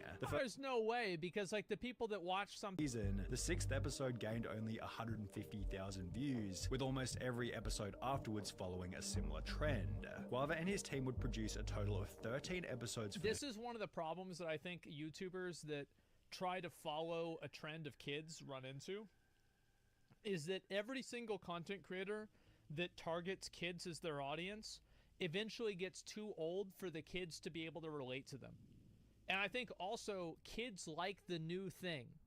They don't like the old thing. They don't want the old. That's the thing their older brother liked. That's the thing their dad liked. They want the new, cool, fresh thing. Taking on student loans. Okay, they don't want to see somebody filling up a bathtub with marbles. Bro, that costs a lot of money. That reminds them of the fact they can't afford that shit. So of course not. There are so many people, like, when, again, and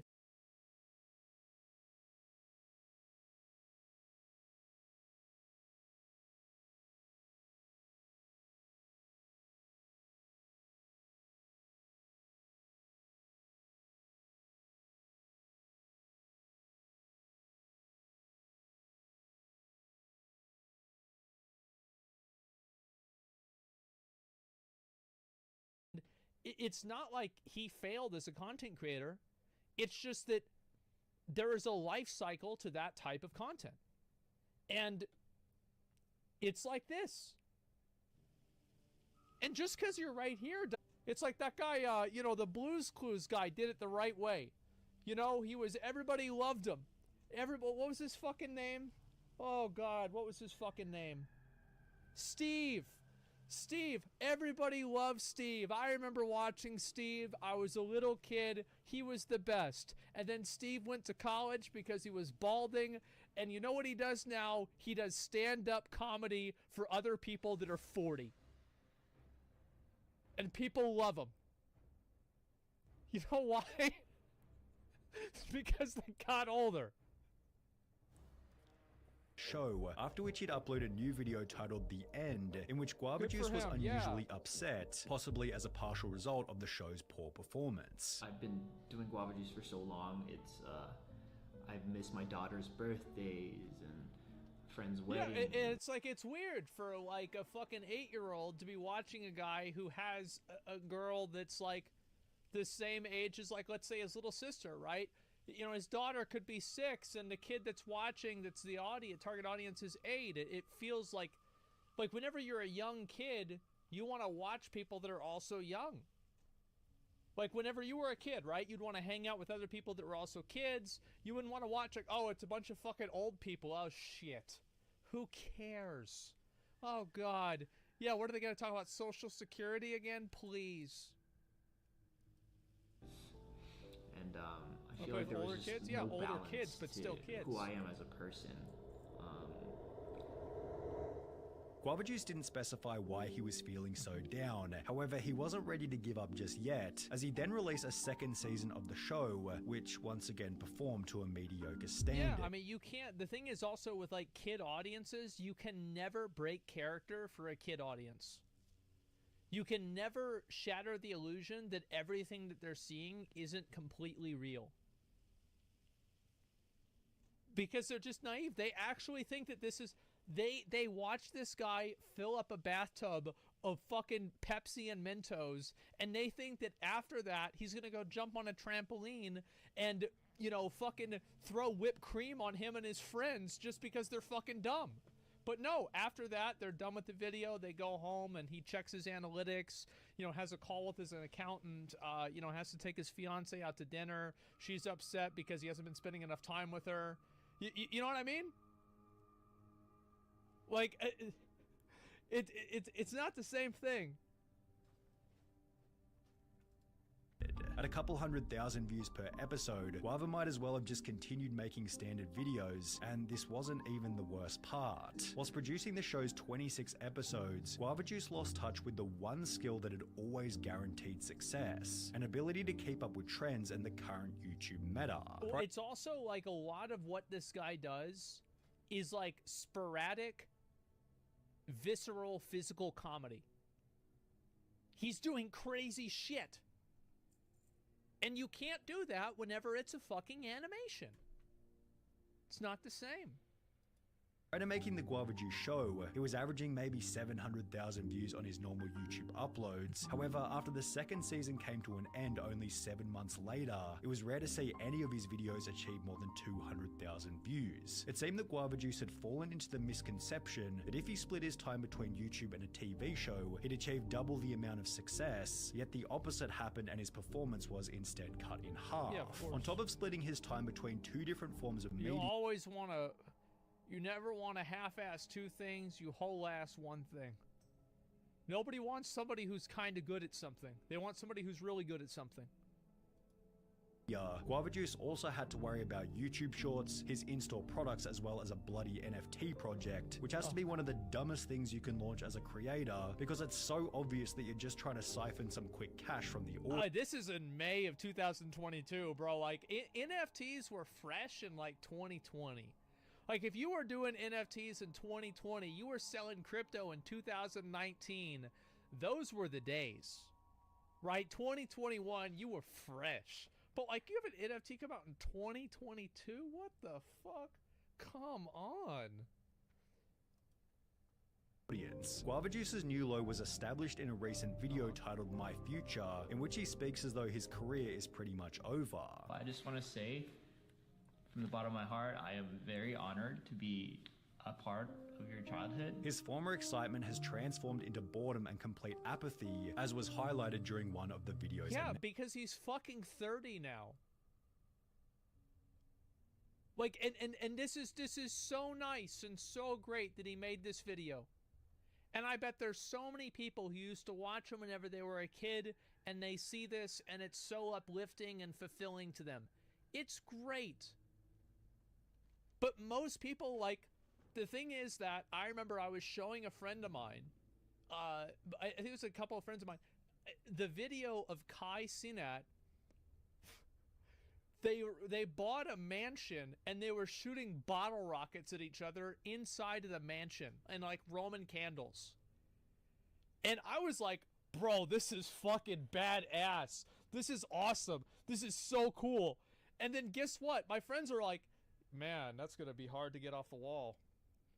God, that's going to be a while to clean all that up. Holy. Man, that's going to mess up the resale value of that house a lot. Jeez. And it's like, bro, who gives a fuck? Just put a poster over it. Who cares? But, like, my friends grew up. You know, they're getting old. They're old, man. Like, what do you expect? Yeah, I don't know what to say, man. It sucks. But, yeah, I mean, and so, like, you change. You get older. That's all it is to it. Responsibility, yeah. Kai ain't the one cleaning shit? Yeah, but, like, they don't know that. They're just seeing it. Announcements. With growing in mind, I just want to let you know for this channel, moving forward, I'm going back to my old roots, which is gaming. 2016, I made the channel because I wanted to create a gaming channel. While Guava Juice gives off the vibe that he wants the videos to return to their former glory, it also seems like he's lacking the motivation and clear vision to get them there. And as a result, he's trying almost anything, including sympathy from the audience. Good, keep trying. Keep trying. Because you know what? If at first you don't succeed, keep trying until you do. You hit it once. You did that. You got the YouTube thing. You already did it once. Figure it out. Keep doing new shit until it works. And if it never works, well, you tried. I mean, it is what it is, right? You still had a great career. You made millions of dollars. Oh, wow. What a shame. Yeah. I mean, fuck, man. I mean, yeah. I mean, the thing is, like, like for me on my stream, right? Like, I've had multiple times where, like, things have gone up and things have gone down. And do you know what? You want to know why they go back up after they go down? Is because you stay in the fucking ring and you keep swinging. And you miss. And you miss. And you miss. But eventually you hit. It's just like gambling, guys. You just have to keep going.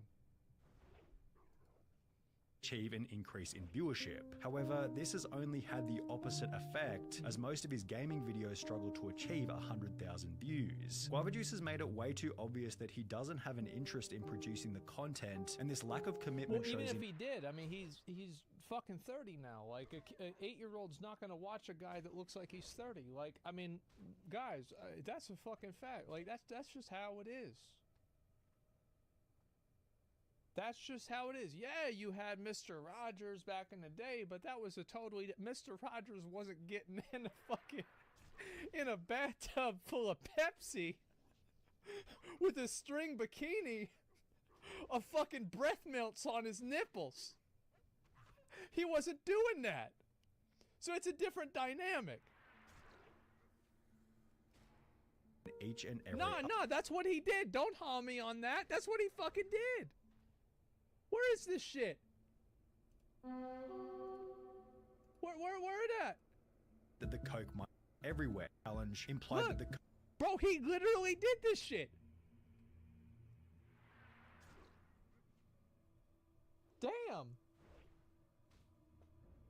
Content, and this lack of commitment shows in each and every upload. The videos just feel a bit generic and aimless. A great YouTube video should be fresh and energizing, something that makes you want to click, just like the bathtub videos did during the channel's heyday. And while it's clear that Guava Juice is slowly rebuilding his intuition for what makes a great video, he's yet to return his skills back to a competitive level.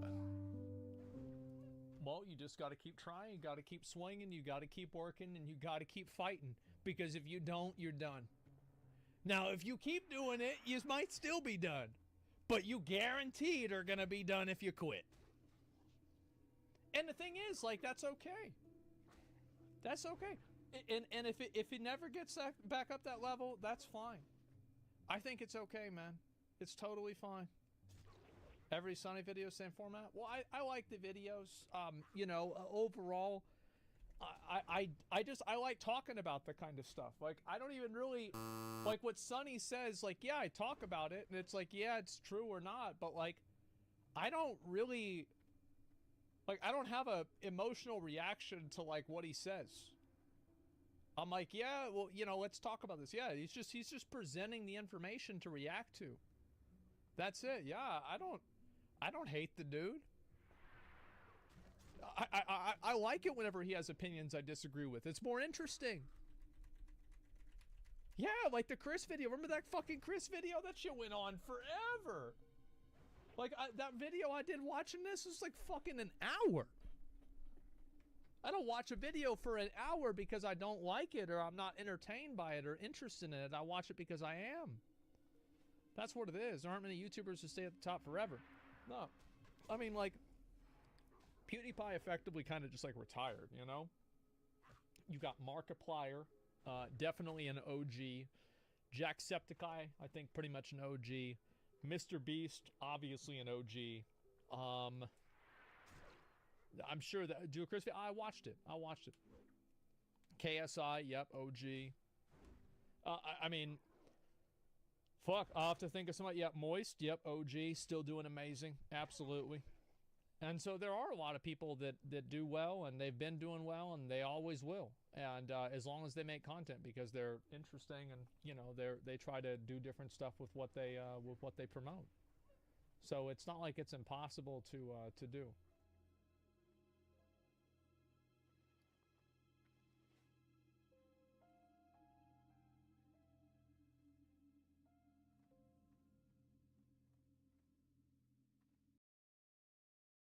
Why nobody likes woke characters. I think this will be interesting. Go woke, go broke.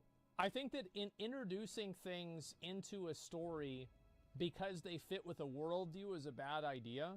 But I think that people also, like, for example, things are woke. Let me give you some examples of what makes something woke. Are there black people in it? Yes? Okay, then it's woke. Is there a woman on the screen? Really? Is she wearing clothes? She is? Oh, okay, well then it's woke then. Okay, let's see. What else is there? Is it critical of Western ideals at all? Yes? Okay, well then it's woke. All right, solved. So we'll see what happens here. I have a... I think I have a...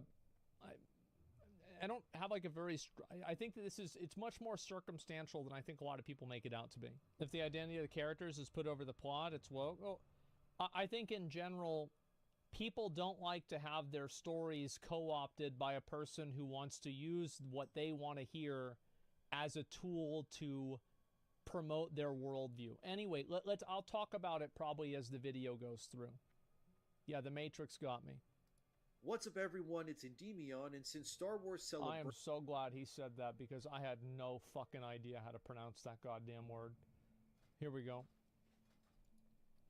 There has been a disturbance in the balance of pop culture, where millions of fans groaned in unison as Disney and Lucasfilm announced that Rey would be brought back in a new movie. Some may have been hyped, while many others saw this announcement as Disney unwilling to learn from their past failures, as Hollywood keeps pushing what fans reject, and it begs the question, why does no... I think it's because people don't like the character. Like, for example, nobody complained about Wonder Woman. Like, there's plenty of character of strong female. Nobody complained about Ridley in Alien. I don't think it's because she's a woman. Nobody seemed to like these identity politically driven or woke characters. Let's talk about it. Okay. What rubs many the wrong way about Rey isn't that she's a woman, although I'm sure there are those out there who hate her simply for that, but I'm not one of them. The real reason why I particularly dislike the character and this announcement of her making a new Jedi Order is that Rey is essentially assuming the role that Luke should have had instead. Unfortunately, I thought Luke Skywalker in the extended universe of Star Wars, I thought he did make the new Jedi Order after he beat like Darth Vader and Palpatine.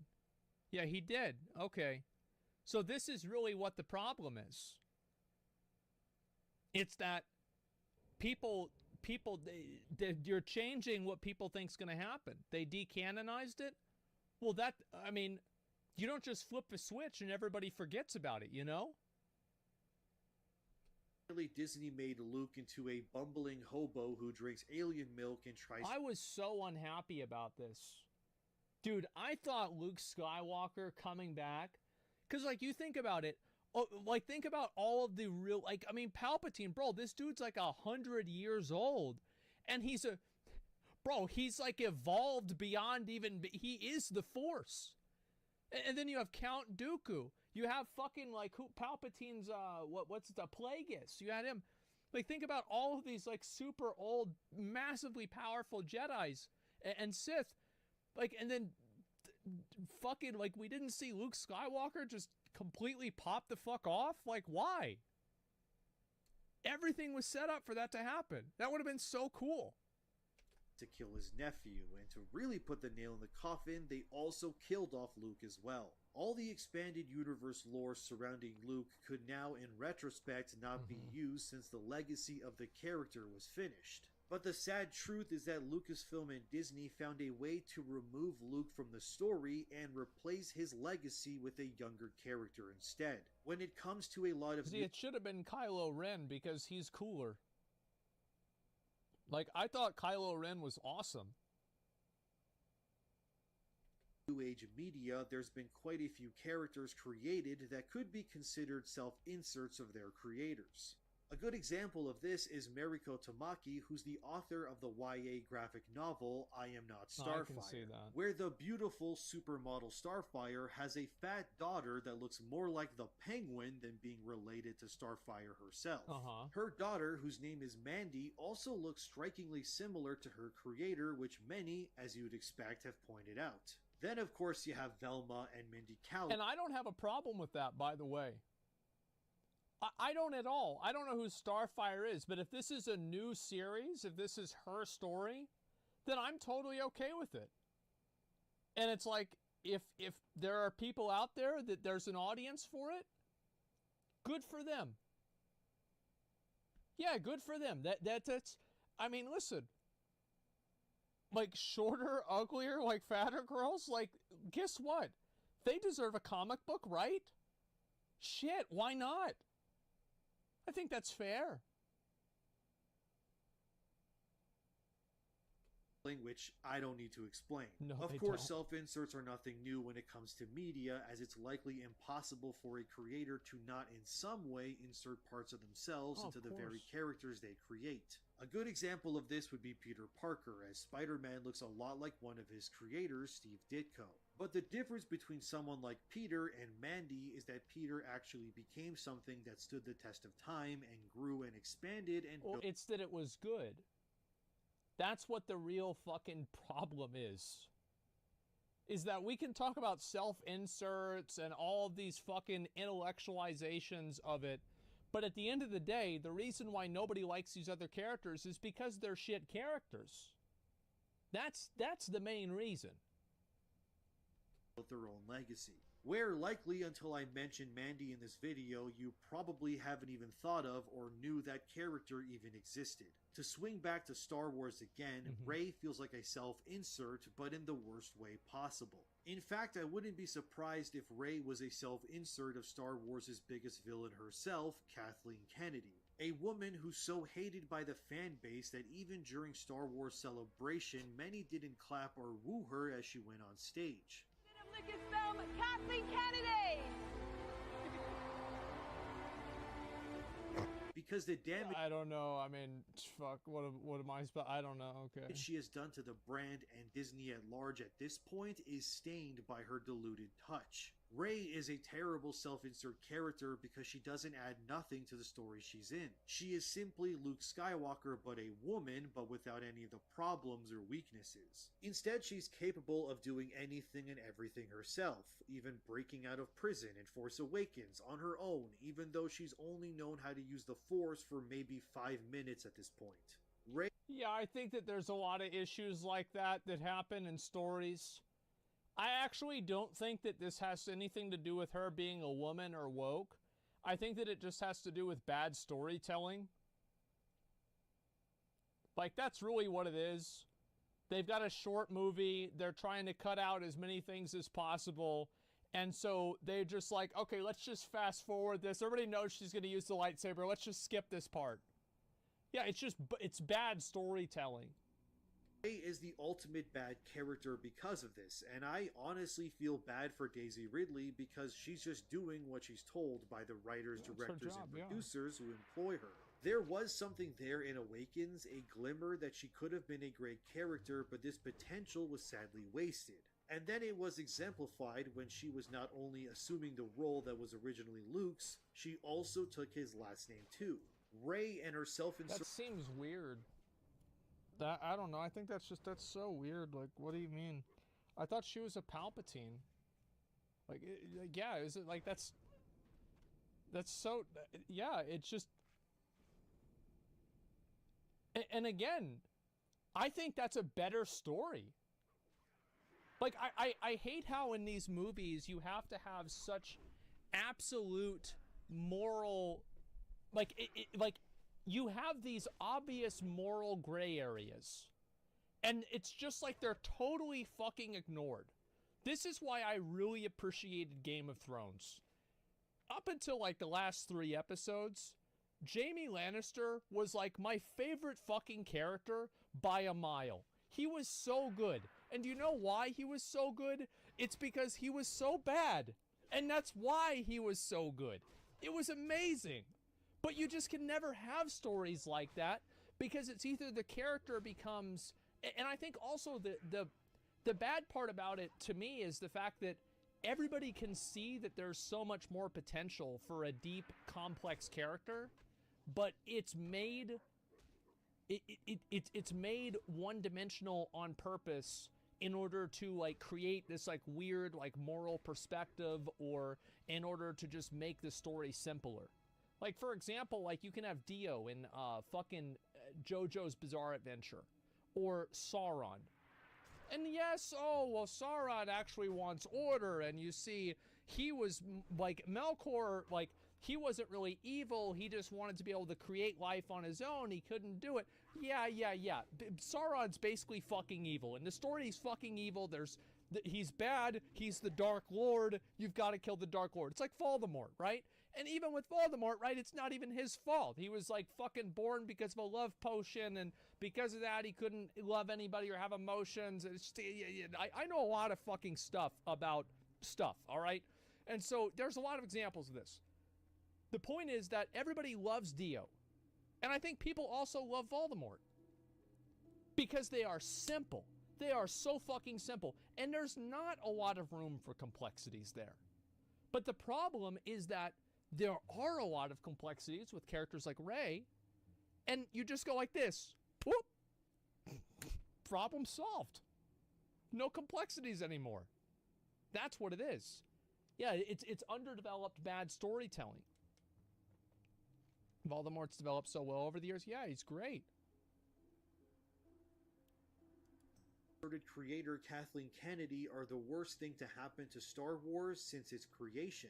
Many could argue that the reason why fans are so against Rey is because she's a new character and nobody wants new stuff. They just want what they liked before.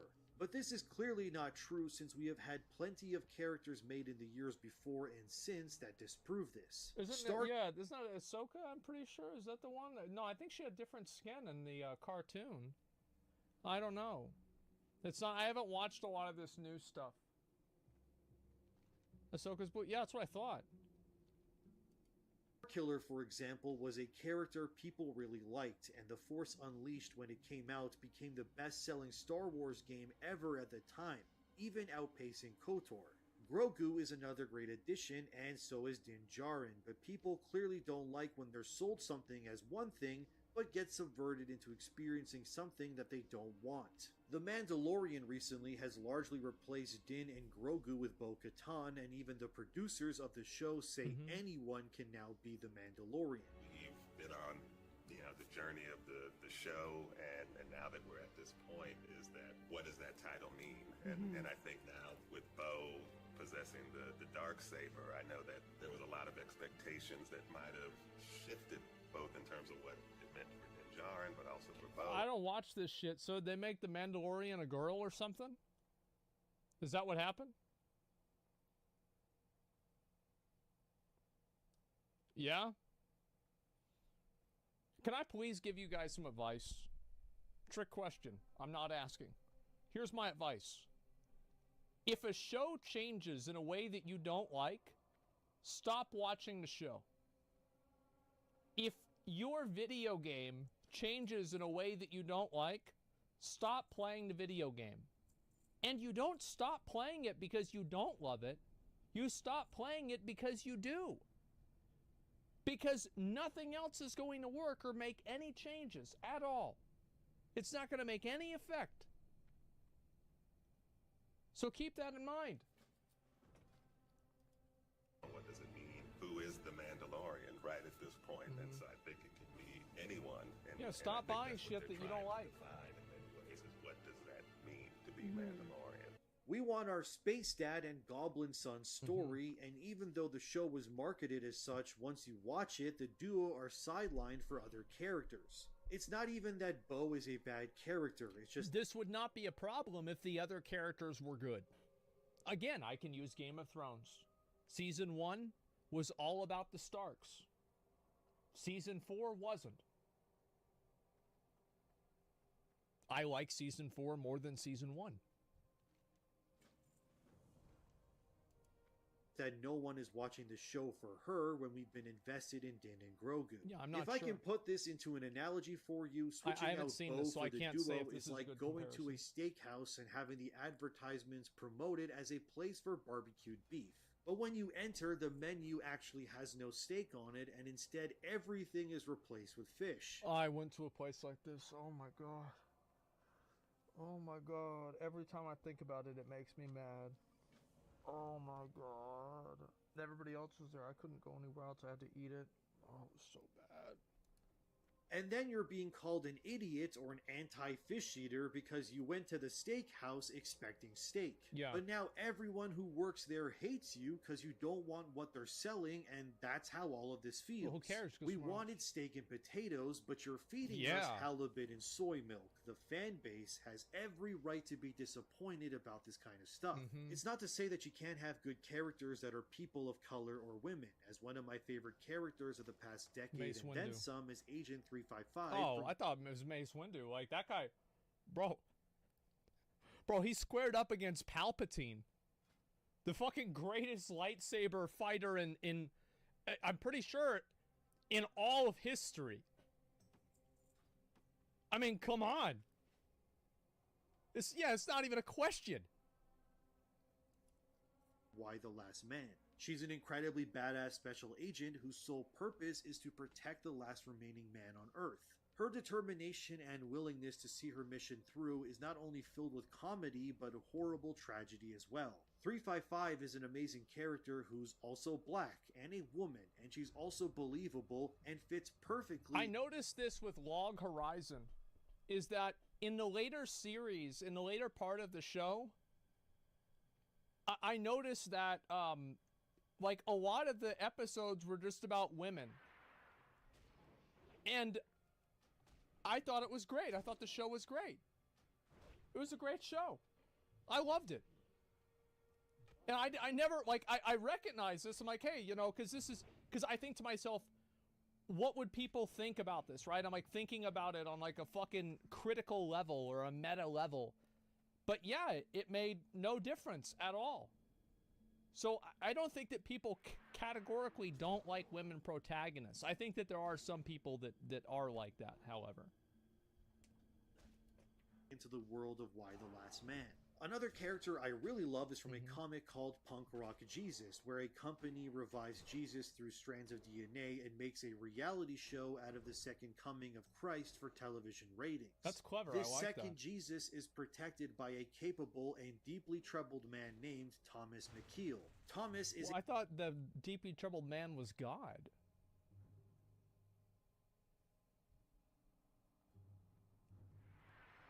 Apparently they changed the story. Okay.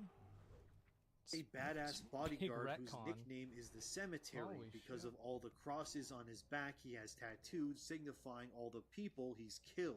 Punk Rock Jesus is also just a damn fine limited series, and I strongly recommend it if you haven't read it. But the point stands that good original characters do still exist out there in the wider world, but unfortunately, when it comes to mainstream companies like Marvel, for example, they can't help but keep pushing these terrible woke ideas instead. A good example of this is Deadpool, who in a recent issue has begun dating Valentine Vuong, an assassin who was originally an enemy of Wade's. While this all may seem fine, the more I dug in, the more obvious and self-inserting it became. You see, it would be one thing to announce that Deadpool has a new girlfriend, except whenever you read an article about this, the selling point is that this new character is non-binary. And I had a creeping suspicions. To be fair to the writers of this, this is what they're selling.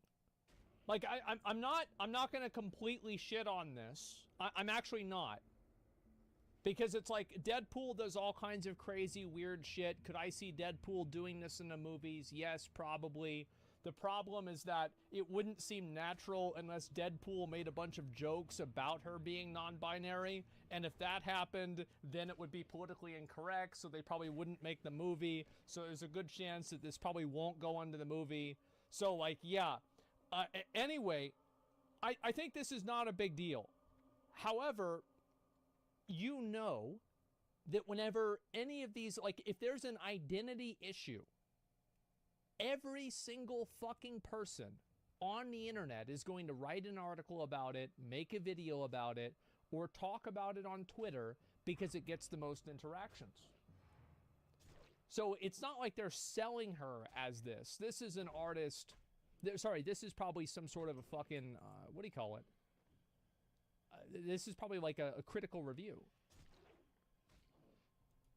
So of course I dived in deeper, and the writer of this Deadpool series is Alyssa Wong, who of course is also non-binary. Meaning this series is just a fanfic where the writer has self-inserted a non-binary Vietnamese character who is very specifically just like their creator, and wrote it so that they can bang Deadpool. It's Tumblr. Yeah, usually this kind of stuff stays on DeviantArt. I mean, again, if it was a good character, nobody would give a shit. Again, I actually don't think the problem is, like, you can have whatever identity you want, but if the character sucks and the story is bad, then nobody's going to want to see it. But I do think that at a certain point, I will give credit to this because I think that it is true to an extent, especially with something that's as overt as this. There is a certain level of willing suspension of disbelief that you have to, you again, whenever you read something that's fantasy, whenever you read fiction, you suspend your disbelief and you put yourself in an alternate world. And whenever you see characters in that world that you know were only there because of real world reasonings, that world doesn't feel real to you. It doesn't feel as real to you.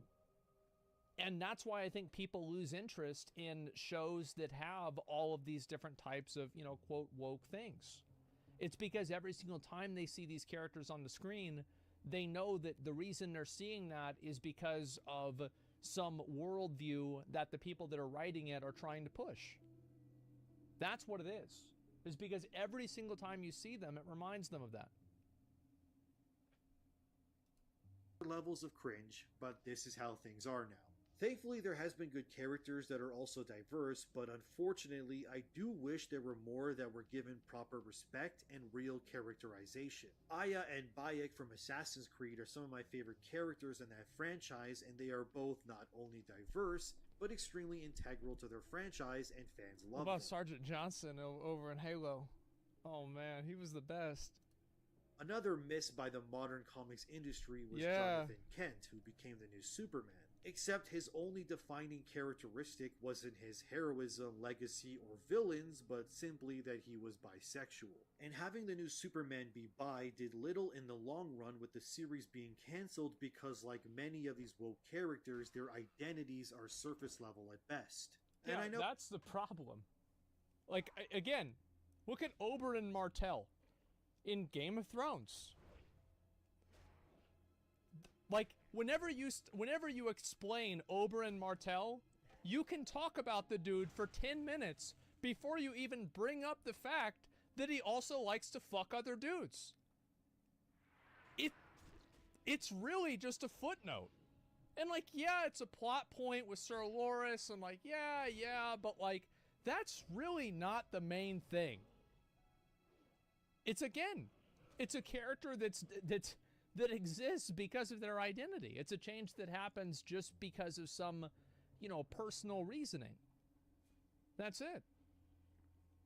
That's why it's fucking awesome and not pandering. Yeah, clearly.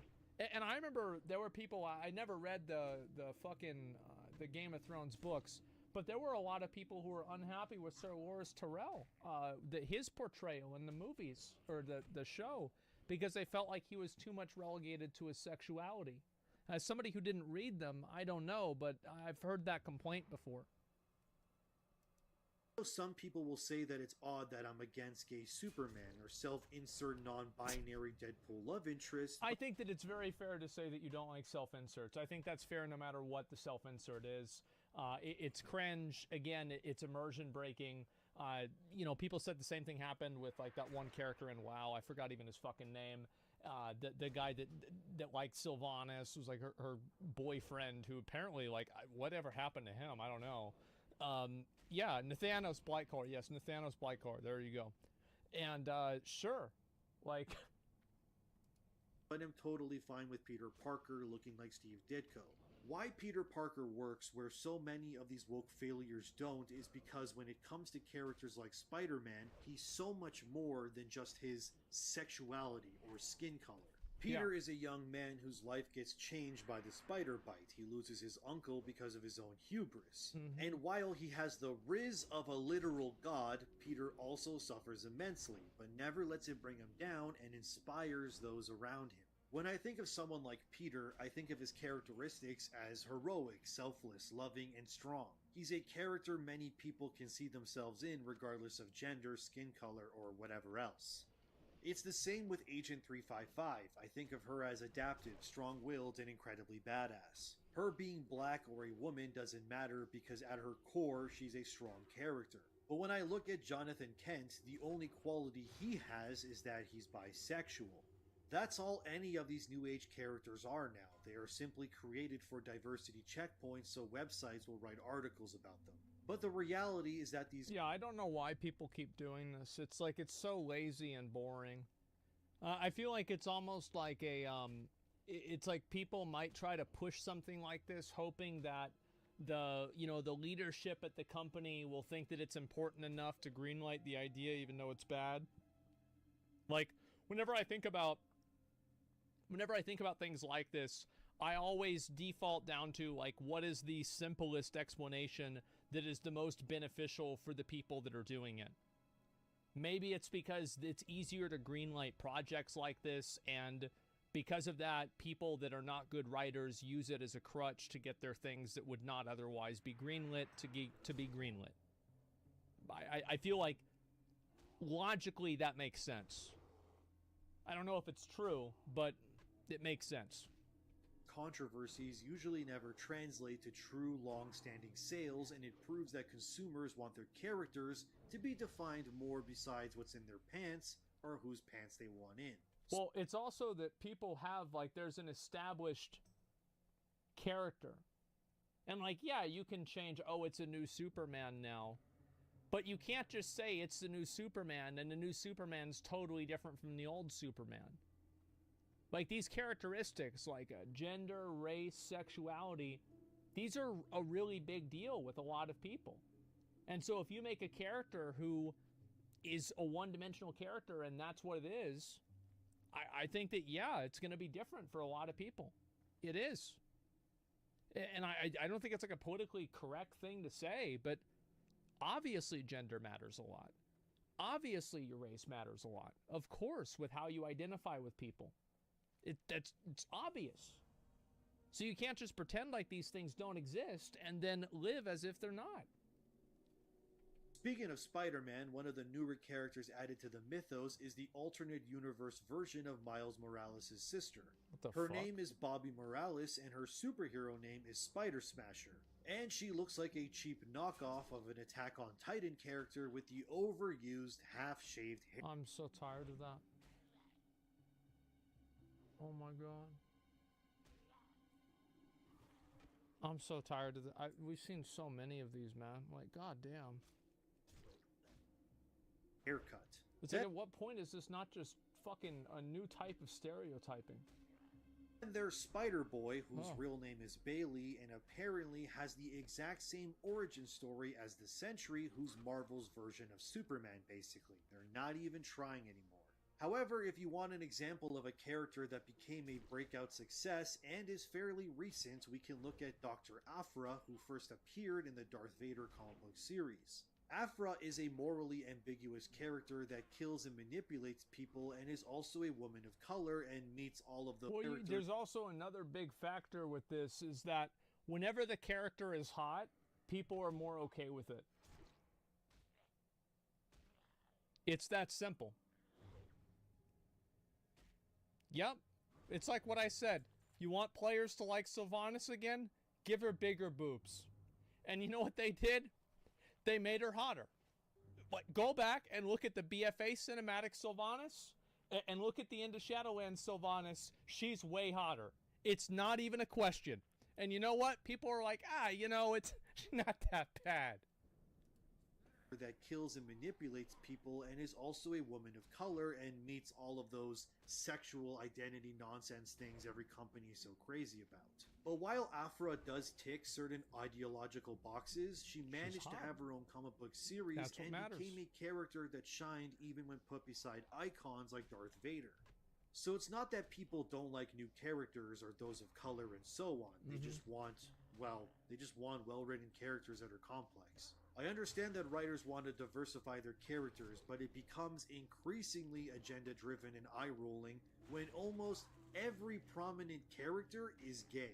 Look, I understand that gay people need representation, but we went from a little bit of representation to the point where characters are being retconned into having their sexuality changed for pandering reasons. I think there's no reason to retcon somebody's sexuality. I think that's what, and this is not really something that is for sexuality. It's true for basically anything. And there are some exceptions if it makes the character better. Like I've used the example, we talked about this before, Nick Fury. In the comics, Nick Fury is fucking a white guy. He's a white guy, I think, with blonde hair. Well, in the movies, he's a bald guy named Samuel L. Jackson. And it's fucking great. Because he's not being played by a black guy. He's being played by Samuel L. Jackson. It's not even a question. Like, I've said this before, too. I grew up with Black Green Lantern. I didn't know there were multiple Green Lanterns. So whenever I saw that Ryan Reynolds was playing Green Lantern, I was like, what? This isn't what, like, I didn't, like, no, that's not how it's supposed to go at all. Yeah, I was confused. And so, yeah, the movie was horrible. It was not a great movie. I watched it with my dad. I remember it very clearly. So, yeah, problems with sexuality, skin color. Some writers nowadays changing the story. Yeah, again, it's changing the story and changing existing characters. That's what I think people don't like. If you want to make a character that has a different sexuality, that's a woman or something like that, who gives a fuck? Like, it doesn't matter. But don't take existing characters and then change them because you can't invent your own. Else would DC Comics suddenly say one of their Robins is gay or John Kent? It's not being done in order to flesh the character out. It's simply written that way so places like CBR will write an article. And Twitter people will virtually pat the creators on the back while not spending a dime supporting these ideas. only to complain that people hate gay characters until they make more gay characters and then they don't support those either, and the cycle of lunacy continues. Honestly, one of the best additions to Star Wars in years was Gina Carano's Cara Dune, who was supposed to get her own spin-off show. Didn't they get rid of her because of like Twitter shit? I remember this happened like 3 years ago. But the absurdity that Disney would cancel an actual strong female role model over politics is so very much the perfect encapsulation of our current world. You can't just have a character be gay. They have to also align exactly how you want them when it comes to your politics and views as well. Having a strong female character isn't enough if that woman doesn't bend the knee or parrots all the talking points too. It's because of this very clear bias that many fans are disillusioned and tired of many things. Yeah, I think the solution to this is stop consuming content that you feel doesn't respect you. I don't know why this is such a hard thing for people to do, but that's the solution. Stop consuming content that, like, that you feel like it's patronizing, it's fucking like it's woke or whatever. Then stop watching it. Because I guarantee you, if you stopped, remember that Ghostbusters movie in 2016 where they were all women? Well, guess what? That one didn't do too well on the box office, did it? No, it fucking didn't. And you know what? We didn't get another one of those movies. Think about that. Because that's what happens. It's the ultimate sense of the customer is always right. Burnouts of having the things we love being ruined or paraded for woke points is why I do what I do.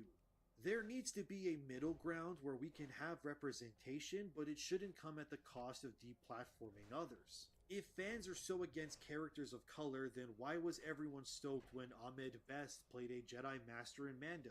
Why did no one complain or have an issue when Kang was announced to be played by Jonathan Majors? That's such a good one, too. Like, I really, like, I'm excited for this. Personally, I don't think I think that the idea of Kang, the Council of Kangs, the fucking variants of Kang, I don't think this is gonna work. I don't. However, every scene this guy is in, it's good. It's the same as like Thor, Love and Thunder. What was the best part of that movie? Gore. Gore was great. I loved it.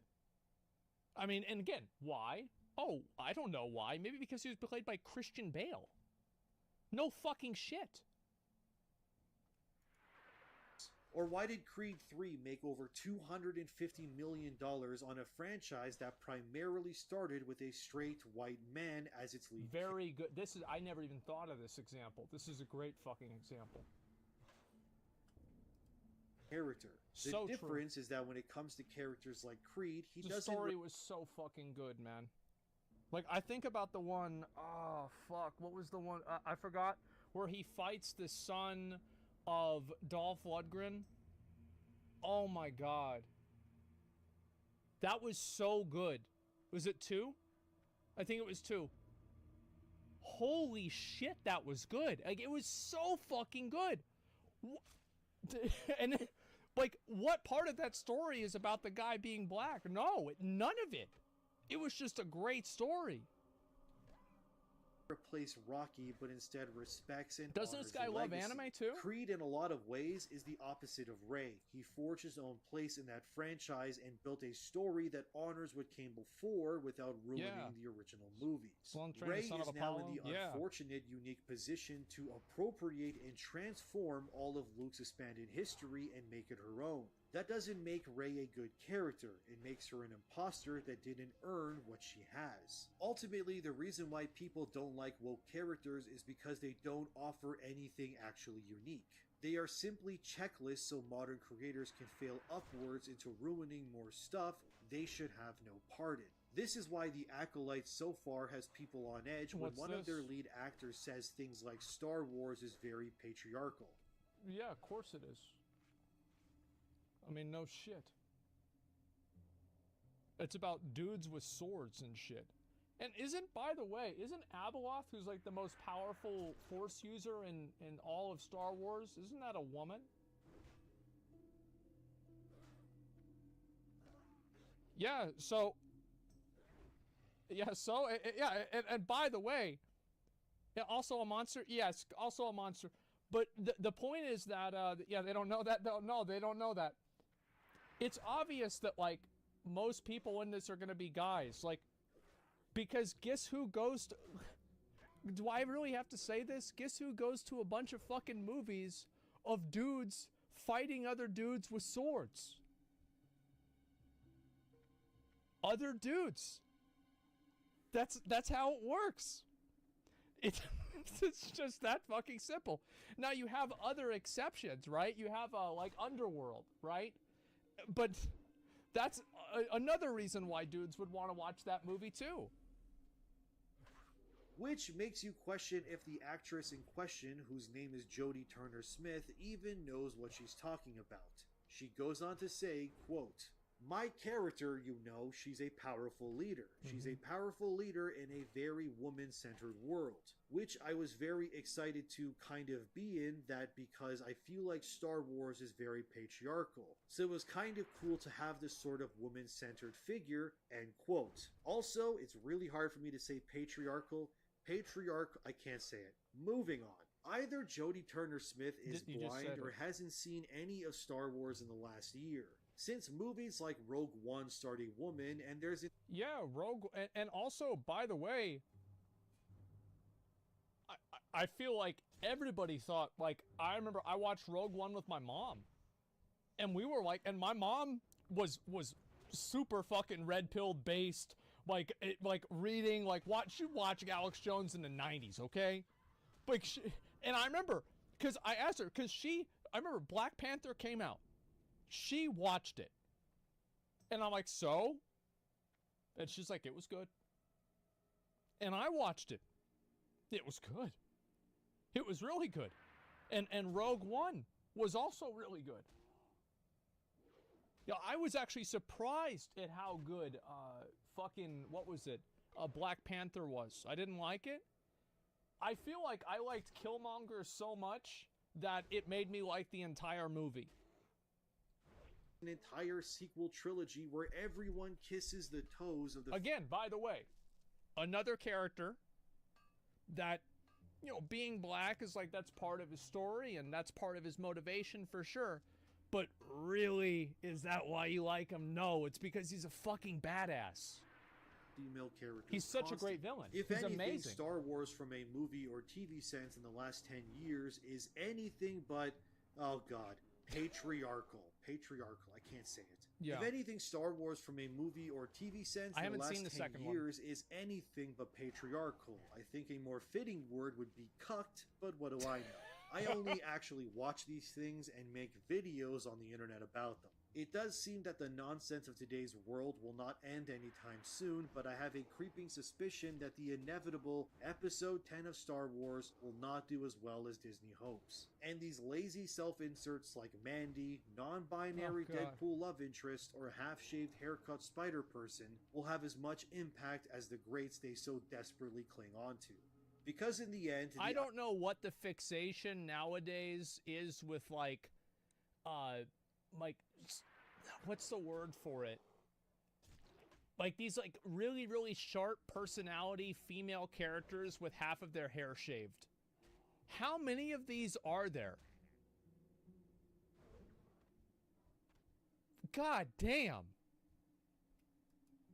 Ideology and color of someone is just that. It's skin deep.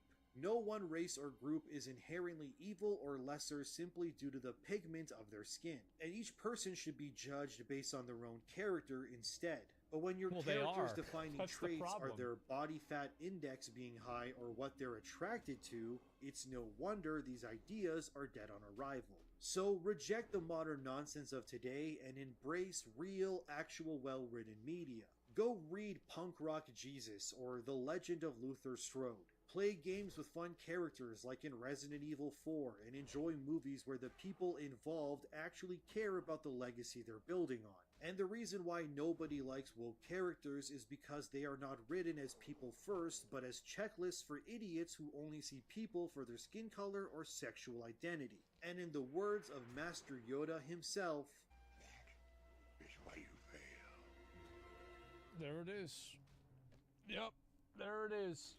It's ironically one of the reasons why I thought that the emotes, like the Anel and, what was it? Like fucking Ming Lee and shit like that. That's why I didn't like those emotes. It's because they're just like emotionless, like pictures of a person of a certain ethnicity, and they're just used, oh wow, Asian, we put this emote.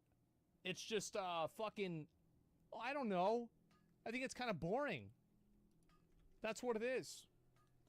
I think that, again, nobody complains about woke characters if they're good. People complain about woke characters whenever the character's bad. Nobody gave a shit about woke characters in Game of Thrones. Nobody gave a shit about woke characters in the original Avengers, pretty much as far as I know. Why? Because they were fucking good. And that's what matters. Make good characters, and if the basis of a character is their sexuality, it better be very compelling. That's what it is. What the fuck does that mean? Let me explain. So basically, what a lot of people don't like is that they don't like how a character is added or an existing character is changed in a way that is not representative of what people view them to be. That's what it is. Does that make sense? Yeah, Game of Thrones did diversity right. They sure did. They absolutely did. That's not really woke, though. Yeah, what I'm saying is that there's definitely there's a spectrum of these kinds of things. Yeah, when it doesn't feel natural, it feels forced, it's breaking immersion. Yeah, if it breaks immersion, then it's bad, because then people can't get into the show. Arcane proves diversity isn't good or bad. We just want quality characters. Yeah, of course.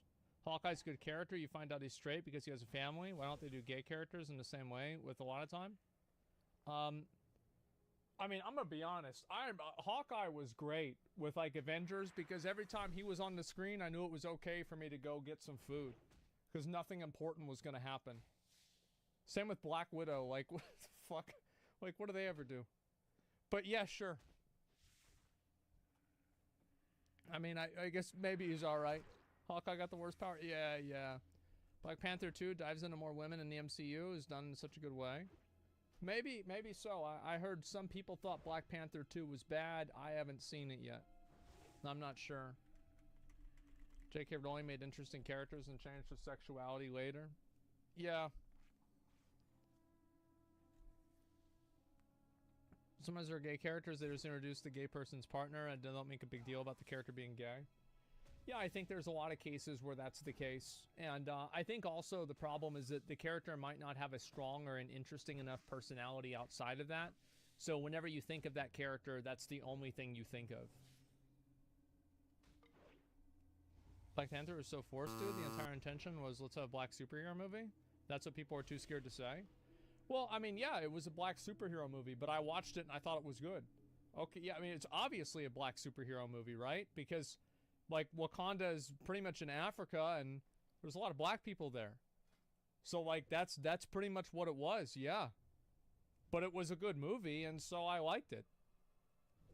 I mean, I'm not gonna watch it because it's a black superhero. I'm not gonna not watch it because it's a black superhero. Like, if it's good, all right, yeah, we'll see what this is. If not, then who gives a fuck? I don't know what to say. And that's what I was saying. That's my point, right? Is that everything, all of the conversation around the movie was like about how, you know, like all these like fucking social issues around it. Like, bro, was the movie good? I watched it. It was good. Well, I liked it at least. I mean, you might not like it. It's fine, but I liked it. Yeah, Blade. Yeah, exactly. I like Black Panther since I was a kid. The movie was good. I didn't care for the second one because I didn't care about Vecdana. I don't know. Black people in Africa. There's more woke shit, brother.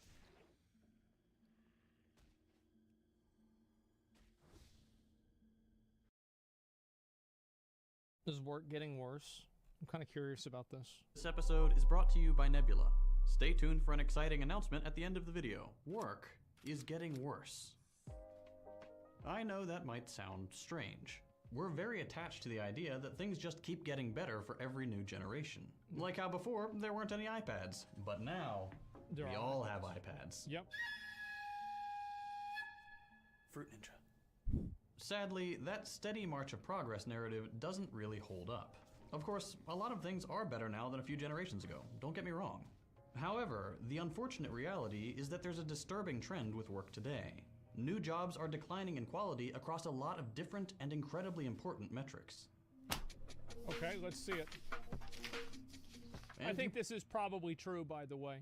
I mean, everybody's seen like these productivity graphs, and then you see like wage stagnation graphs. Yeah, this is probably, I think this is probably true.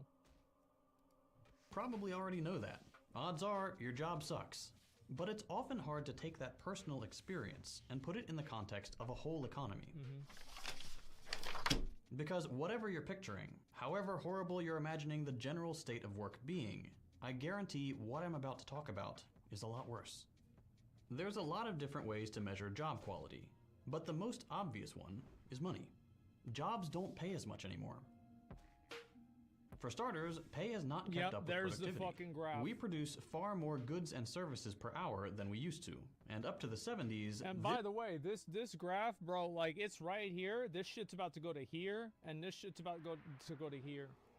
Because the moment that they can automate some of these processes and make one person automating a process do the work of 5 people... I mean, just, you think that one guy who's automating it, you think they're just going to pay him 5 times as much? Maybe he'll get like, you know, a $10,000 a year raise. This increase in productivity tracked almost perfectly with an increase in hourly pay. More productivity equaled more money in the pockets of workers. Since then, however, productivity has gone up every year, by around 75% between then and now. But hourly wages have only risen a tiny 9%. So, where's the money gone? Unsurprisingly, most of the profit generated from that increase in productivity hasn't gone to workers. Who could have possibly expected that? Wow, I'm sure there's like probably one person in chat that's a surprise to. It's been captured by the 1%, whose wages have fully gone up an insane 138%. Yep. That's kind of abstract. Let me put it in more concrete terms. This inequality has cost what most Americans consider middle-class families $18,000 a year.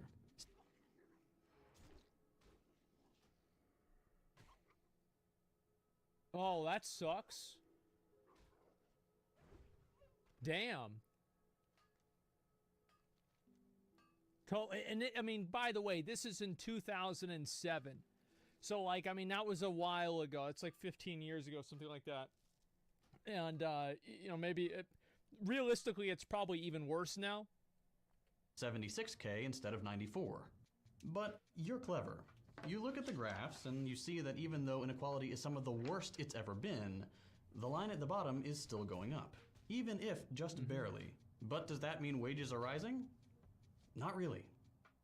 For the bottom 50% of the population, in other words, the average American, pre-tax, pre-benefits income has actually gone down by over 6% since 1980. And that's before you factor in the cost of living. That means things like inflation, which we'll get into later, but it also just means what kinds of expenses people are now responsible for that they didn't used to be. Oh yeah, you got the internet now, you've got, you know, a phone, a cell phone. You're kind of expected to have a smartphone. Most people, how many of you guys use a smartphone for your job? There's a lot more of expenses that happen nowadays. For example, since the 80s, employers have cut down on healthcare benefits. Yeah, there you go. They've also made job training increasingly an individual responsibility. Student loan debt has only gotten bigger, the cost of not getting a college degree has only grown, and yet the benefits of having... I've heard that's not true, is that people that have you know, a fucking, like a... it's not that they have only a high school graduate degree, it's just people without college degrees can make more money in trades. I've heard that. But with only a high school diploma and like no certification, no trade school training. Yeah, I could see this for sure. One are only going down. And this isn't just in education. People are needing to take on a lot more debt for just about everything. And I do mean need. Prices on essential goods way outpace wages year after year. So just to get by, credit has become an essential part of a home budget. Yeah, it's crazy. I made a tweet about this. I said, inflation's got my $2 steaks costing $3. And people make a joke about that, haha, funny. But that's fucking 50% more goddamn money. Let's say you gotta buy 5 steaks a day because you got you got a wife and 4 fucking kids. That's like $5 every fucking day. People complain about a sub to WoW, it's $15 a month. Think about that. And that's only one thing. It's not like everything else is cheaper. Yeah, it's crazy. You make steak for 4 kids, bro. Well, you see what I'm saying, right? I mean, you're gonna make something else for them. It's just an example. The idea is that prices everywhere have gone up, and it's crazy to me to go to the grocery store. Like, do I have a receipt near me? Let's see if I can look and see how much shit is over here. I remember I went to California. Gas was $7, and it wasn't $7 and like 3 cents. It was $7 and like 63 cents. Holy shit. That is crazy, man. Absolutely nuts. This is part of a larger trend within neoliberalism, where responsibility and cost for all sorts of things, like job training, healthcare, and retirement, are shifting increasingly onto the shoulders of individuals who are making less and therefore need to resort to debt to get by. I don't necessarily think that you have to blame a worldview to this. I think that the real reason why this is happening is that it's beneficial for people that have a lot of money for it to happen. Like, you think about it, if you're Walmart, wouldn't it be easier for you if you didn't have to pay the employees to get trained and they could just get trained on their own? It sounds like you save money. I mean, fuck, that could probably the guy who ever thought of that fucking idea, he doesn't have to worry about inflation for the rest of his fucking life. Today, the average American has 90 grand worth of debt hanging over their head, and debt as a percentage of income has only gone up since the 50s. Jesus. All this has another effect on work.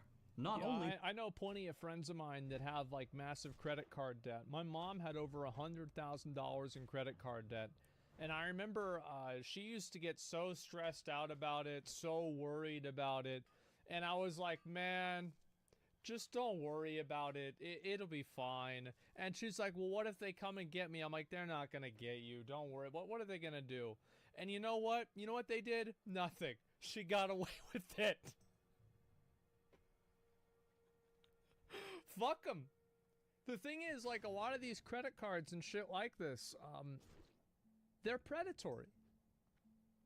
So it's like, this is always the way, I mean, I've said this before, right? Is that you got to exist, you got to go out and go to bat for yourself. And, you know, if you got to do things that maybe you shouldn't do, or maybe things that aren't ethical or whatever, you know, don't go and tell yourself that you're Robin Hood for it. But at the same time, you got to do what you got to do. Isn't that debt yours now? No. No, that's not how it works. They give loans to people they know who can't pay it back, then collect it from insurance. Well, no, so it's even better than that. So they give loans to people that they know that they won't be able to pay it. Then they collect the money back from the insurance. Then they sell the debt to a third-party agency, and then they write the debt off their taxes. It's like, the worse your decision is, the more money you make. It's crazy. Do we work for less on average? We also work longer. Year over year, working hours in the US have actually remained relatively stagnant. But because wages have gone down in practical terms and personal expenses have gone up. Bro, 1870, holy shit. God damn. I guess they had to fucking fix shit after the Civil War. With the gutting of social services and costs borne by employers, we spend more of our lives at work. Over the past 30 years, the average age of retirement has gone up from 62 to 65. And last fall, Republicans actually started floating a plan to push retirement even later by delaying when people can receive full Social Security benefits and Medicare. That's right. I actually That's covered right. this You got to keep the old people working. Thank God. topic about a year ago. We live longer. My understanding is that how long people live flatlined like 30 or 40 years ago. Like, are people really living that much longer than they were 30 years ago? I don't know. Yeah, I feel like unless you exercise, yeah, it's still going up. Yeah, but like, is it when it goes up by 1 year, like every 10 years, something like that? No, I don't know. These kinds of policies actively target poorer Americans who rely on Social Security and are way more likely to die before reaching retirement age than their wealthier counterparts. Right, that's the smart thing, is that you don't give them the money until they get older, and then by the time they get older, they're dead, so you don't have to give them the money. Problem solved. Just so you get an idea of how prevalent this trend is, the same thing just happened in France as we were putting this video together. The country is on fire because, despite disapproval from the overwhelming majority of French people, the neoliberal President Macron raised the retirement age by going around the parliament. Like the Republicans did in the fall with their plan to make Americans work longer, Macron cited budget concerns and the upcoming insolvency of these retirement funds. But make no mistake, the reason it seems so crazy to me that, like in the US, for example, we spend how much on bombs? But like, we have to raise Social Security? Like, why not just make less bombs? I mean, I don't know. That sounds like a better idea to me. What is this? Retirement funds are going to be insolvent isn't because people aren't working hard enough, but because the wealth that they produce isn't going in their pockets or into funding these necessities. No. It's going to billionaires. But let's get back on track. None of these trends are helped, by the way, by another aspect of job quality that keeps declining: security. More and more people are being brought into more precarious work on an intermittent, irregular, or contractual basis. This is happening, like, I think a lot of this happens on the internet where like there's like gig working, right? Where you have a job for 3 months, then the job's over, you've got to find a new job. I think there's positives and negatives to that, but I think that even in traditional jobs, it seems like well, nowadays that this is not true. But like, I would say before COVID, it definitely was, that if you had a job, you had to be thankful for that job. You could get fucking fired whenever, and you best be fucking happy that you've got it. The new name for it is quiet hiring. But for years now, companies like Uber and their gig economy clones— I wish I had a job where all I did was come up with stupid fucking terms like that. And it's obvious, like, what is quiet hiring? Let me guess what this is. This is hiring somebody to replace you, but you don't know that's their function. Am I about right with this? Let's see. Yeah. There you go. Have been selling it as flexibility. Jobs are less secure today than in the past. You're more easily fired. Protections for workers are less well enforced under contractor status. Unionization is either impossible or downright illegal, and neither pay nor benefits are nearly as good, with the latter rarely ever being provided. And it's not restricted to just 1 or 2 sectors of the economy. These jobs are everywhere. 53% of people between 18 and 34 and who work in the gig economy do so as their primary income source. Oh yeah. And according to a Princeton study, 94% of the net employment growth in the US between 2005 and 2015 has been in, quote, alternative work arrangements, meaning that's called OnlyFans. Independent contractors, temp work, and freelancing are basically the only new jobs our economy is producing. The consequences are bleak. Unreliable work comes with a lot of insecurity. We know that capitalism regularly spirals into recession, around every 5 years at this point. So with the likelihood of a recession in 2023 seemingly really high, 80% of US workers, according to one study, is worried about losing their job. See, this is smart. Now that there's a recession, now the company, because for a while there, you had all these people that weren't showing up to their job. Nobody's showing up to their job. Well, you know, once everybody gets fired, you can't make any money, you can't eat, then you're going to have to show up. Problem solved. And then by the time you come back, Flippy's there, he took your job, and he doesn't give a fuck about a union. He works every day. He never shows up to work high. Regardless of the exact number today, this kind of anxiety about job security under neoliberal capitalism is always widespread. Yeah. And it's another variable that makes work worse and makes wages stagnate. Workers are constantly worried about keeping their job, so they exercise wage restraint. They don't ask for a pay raise despite needing it because they're worried it could get them fired. Exactly. This isn't helped by the fact that neoliberal politicians actively promote this wage restraint behavior by lying to people about the relationship between wages and inflation. In case you're wondering, by the way, wages and inflation aren't related. The wage price spiral is BS. You can get a raise without making inflation worse. Here's a study. Well, of course that's fucking true. Like, anybody would know that. It's like people always use this dumb fucking argument with restaurants. They said, well, I mean, you know, if we didn't pay the workers, we didn't pay the waiters $2 an hour, everything in the restaurant would be so fucking expensive, nobody'd be able to eat there. And it's like, well, we are so lucky that we live in America, the only country with restaurants. Wow. Isn't that a surprise? That's crazy, isn't it? Oh my God, so lucky. Yeah, nowhere else has this. That is crazy. On that.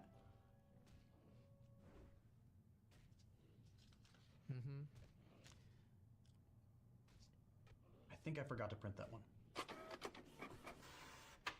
Okay, here we go. Proof is on the bottom of page 5, top of page 6. We got too many printouts here. Let's move on. Who gives a fuck? Look, Right. if that wasn't enough, Hey, yo, kids fuck aren't the being facts. spared from declining job quality either. Child labor laws are starting to come down all across the country. According yeah, to the of course, right? Because now you can get the kids to work for you in Minecraft or in Roblox. So it's like, you know, the kids yearn for the coal mines. It's just the mines are in Roblox now instead of Wisconsin. The Economic Policy Institute, 10 states are introducing or have already passed legislation weakening child labor laws. There it is. Despite the fact that violations of child labor protections are actually on the rise. Saying it like that is a little vague. Let me read you some details off the list of these bills. Okay. In Arkansas, a bill was passed that eliminates age verification and parent-guardian permission requirements. In Iowa and Minnesota, bills were introduced to lift restrictions on hazardous work. And in Yeah, that's smart because the kids are stupid. And so they would work a job that could get them hurt, but an older person might not be that stupid. So what's the solution? Well, let kids do it so that way you can get the job done. Problem solved. In all these states, bills were introduced how it or is. enacted that The extended children working yearn hours for the for mines, minors. yep. And I know that right now you're probably thinking of kids in their late teens working the register or in fast food kitchens. Jobs that are grueling but often get depicted as easy.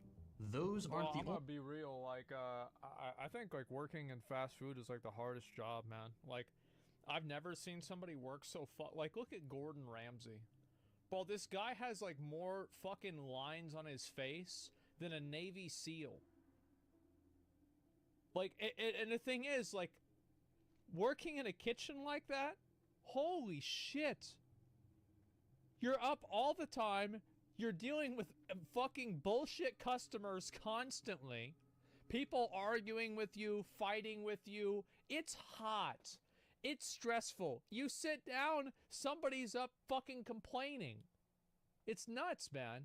I would never want to work in food service. I did for about a week, and it was awful. only jobs kids are doing right now. And they're a lot younger than what you're picturing.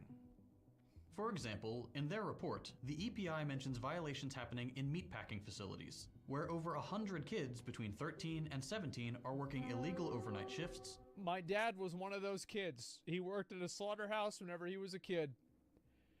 Yep, there it is.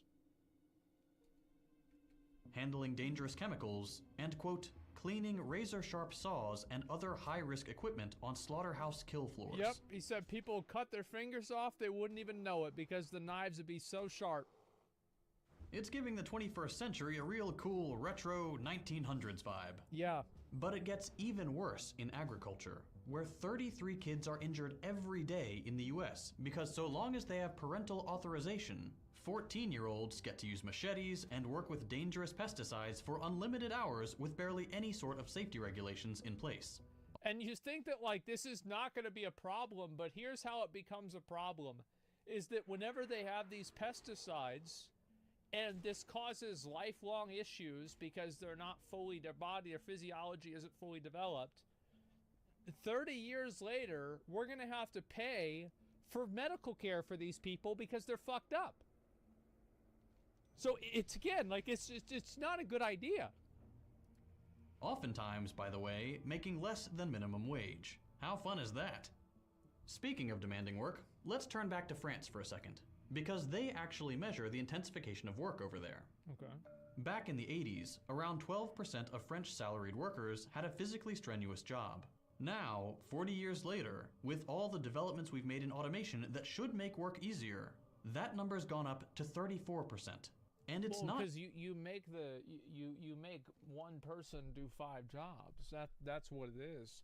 It's that simple. Like, this is the same. My dad, after he retired, he retired from the IRS. He's like, oh, maybe I might work at Home Depot just to, like, get out of the house.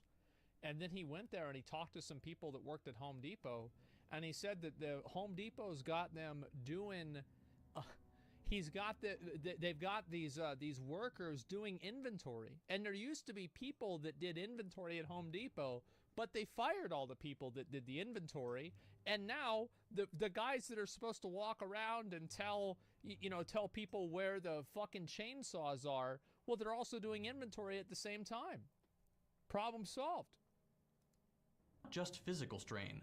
Over the same time period, the number of salaried workers with a mentally strenuous job went up from 6 to 35%. Oh my God. If we can assume that these numbers are relatively generalizable to a similarly developed country like the US, more Americans, contrary to the popular narrative, have By harder. the way, I think it will be a good thing in the long run that this is happening, because I don't think that these companies are they're gonna give any ground. I don't think the solution to this is pay people more money. It is in the short run, but in the long run, the solution to this is you have to have universal basic income, because automation is going to replace 90% of these fucking jobs in 30 years anyway. You build the infrastructure for it now so it doesn't create a society collapse in 20 years. Now, it might be sooner than that. It certainly seems like it's sooner than that. They won't do UBI. I think that people will have a very different outlook on it once enough of their jobs are removed from the economy. You'd be surprised at how fast the cultural conversation shifts once people are actually affected by it on a daily basis. Not easier jobs. Slavery's coming back. By and large, in a big the way. increase in productivity, the leaner operations, and the more efficient pace of work that came with advanced technology mean a lot more intensive a turnaround for workers today than at any other point in history. But let's give up the national lens for a second. A lot of the idea that work keeps improving probably comes from the fact that the US has moved from a manufacturing and manual labor economy to a service economy. Jobs that are widely and unfairly considered easy. But let's, for the sake of argument, say they are easier. Okay. Just because Americans aren't in factories as much as before. Well, this is the problem, is that there's a lot of dumb fucking people out there. There's people like, 100 IQ is the average. So half of the people are below 100. And there's a good double-digit percentage that's below 90. Well, what, are all those people not going to have jobs? Well, they're not going to like that. Fuck. If you tell them you can't have a job now, and you're gonna basically be a fucking slave, what's the surprise whenever they go and burn down the store? I mean, you're fucking, you've been removed from your dignity, from your, you know, the ability to pursue your own happiness, and it's just because you're not that smart. That's it. That's life. Not everybody's gonna, you know, make the cut. And if you don't make, there's gonna be people that don't make the cut. And if the people that don't make the fucking cut, there's enough of them, there's gonna be some fucking problems, man. Doesn't mean those jobs have disappeared. Work hasn't gotten better. All that's happened. Somebody says IQ doesn't measure shit. So I don't have a lot of examples to disprove what you're saying other than common sense, but one example that I can use is that if your IQ is below a certain level, the US military will not add you into the military because any job that you can do, basically they mathed it out, and on average you will cost them more money than you will make them. So yeah, there are a number of yeah, that's one example. I don't have a lot of other ones. I think that there are very few times that IQ is measured in a specific way. At the extremes, IQ does work. Yeah, of course. Happened is that these factory jobs have been thrown onto other people's backs who just happen to live in other countries. We didn't transition to a service economy by eliminating factory labor, but by having wealthy countries force open foreign markets to American and European capital so that they could be the ones to take on this burden. Because when companies move their manufacturing overseas, it's usually to take advantage of lower wages and less stringent safety requirements. Once again, worsening job quality. Yeah, of course. What do you think they go over to Malaysia? Because they want to help them out? No, they want to get Happy Meal toys for a penny. What the hell do you think? Idiot. Yeah, I mean, it's that simple. IQ is not automatically equal. Bro, people always get involved with their, oh man, they always get involved with these IQ conversations. Look, most jobs that will be replaced, I think, a lot of them at least, are going to be jobs that do not require abstract thought. I think that this is just generally the case. This has always been the case. It's been the case ever up until now, at least. Is that jobs that don't require a lot of abstract thought are the ones that are more easily replaced because you can distill that process down to something that's more one-dimensional. And IQ is a tool that measures many things, one of which is the capacity for abstract thought. Why are we pretending like, on average, a person with 130 IQ is going to have the same job possibilities as a person with 90 or 75 IQ? What are we doing here? Everybody knows this isn't true. I don't care about the exceptions. You're talking about affecting millions of people. Millions of people are not going to be the exceptions. It's real life. Yeah, it's a gear score in real life. Yeah, exactly. What most of these trends find in common is the shift in the balance of power away from workers and towards capitalists, the owners of businesses. The more power capitalists have, the more they're able to extract profit from workers by any means. That's right. Hence, jobs get worse. Yep. As evidence of this shift, just look at unionization trends. By the way, this isn't just capitalist. You know, I am definitely a capitalism enjoyer. Let me tell you that the kings back in the day, it's the same system. I believe that it doesn't matter what system you use, greed finds a way. Since around the 60s, unionization has gone way down, and in perfect mirror image, the share of income held by the top 10% has gone up. Yeah. But this growth of capitalist power isn't limited to unionization. Capitalists in the neoliberal era have helped to elect politicians that weaken workers in every imaginable way. Thank God. Politicians that strip away social safety nets, like Reagan and Clinton, that weaken bargaining power and defund the NLRB, like Trump, that force open foreign countries' borders to American companies, like what's happened in East Asia and Latin America. All of these things contribute to creating a more vulnerable, less powerful workforce that can be taken advantage of more easily. that is more likely to be exactly, and they don't have the social programs, so they have no bargaining power. It's not like they can just leave their job and live off the government. They have to eat shit. Employed or underemployed, that year after year has to contend with more and more obstacles to living a comfortable life. Through these combined efforts, capitalists are able to wield more power in negotiations with workers, push wages down, strip their access to healthcare, union bust indiscriminately, and personally accumulate wealth at levels we haven't seen in all of human history. Well, it's also that people don't, like, what we're seeing here in like the society now is we're not really seeing a free market. What we're seeing is that one of the worst things if you are trying to make money is a free market. A free market is so bad for profit because that means that people can come in and undercut you. Like, for example, back in the day, I used to play WoW. I played WoW a lot. I still do. Every single time a new guild would kill Mythic Garrosh, I would message the guild master or the raid leader. I'd say, congratulations, you killed the boss. We're selling the mount for 800,000 gold.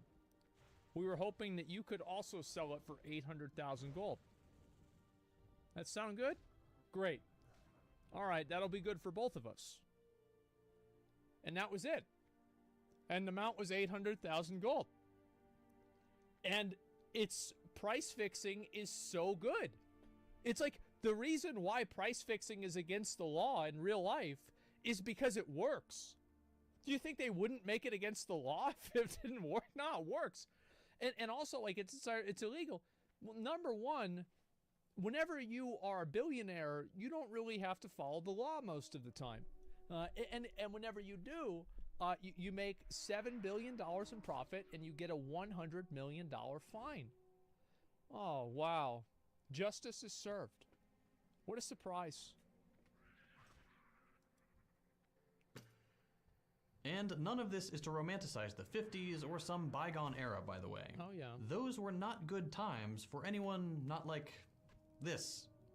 Trying to turn back the clock isn't going to solve any of these problems. No. The seeds of declining job quality were already there back then. You like recreate what, he's saying this like if you're black or something's fucking like some other like race or whatever, something's different with you, it's bad. Like, I think obviously when people romanticize the 50s, they're not saying let's bring back segregation. I think that you can disconnect these two ideas, or at least a person with, again, an IQ over 75 can probably do that. However, there's a lot of people that are below that and they're very loud on the internet.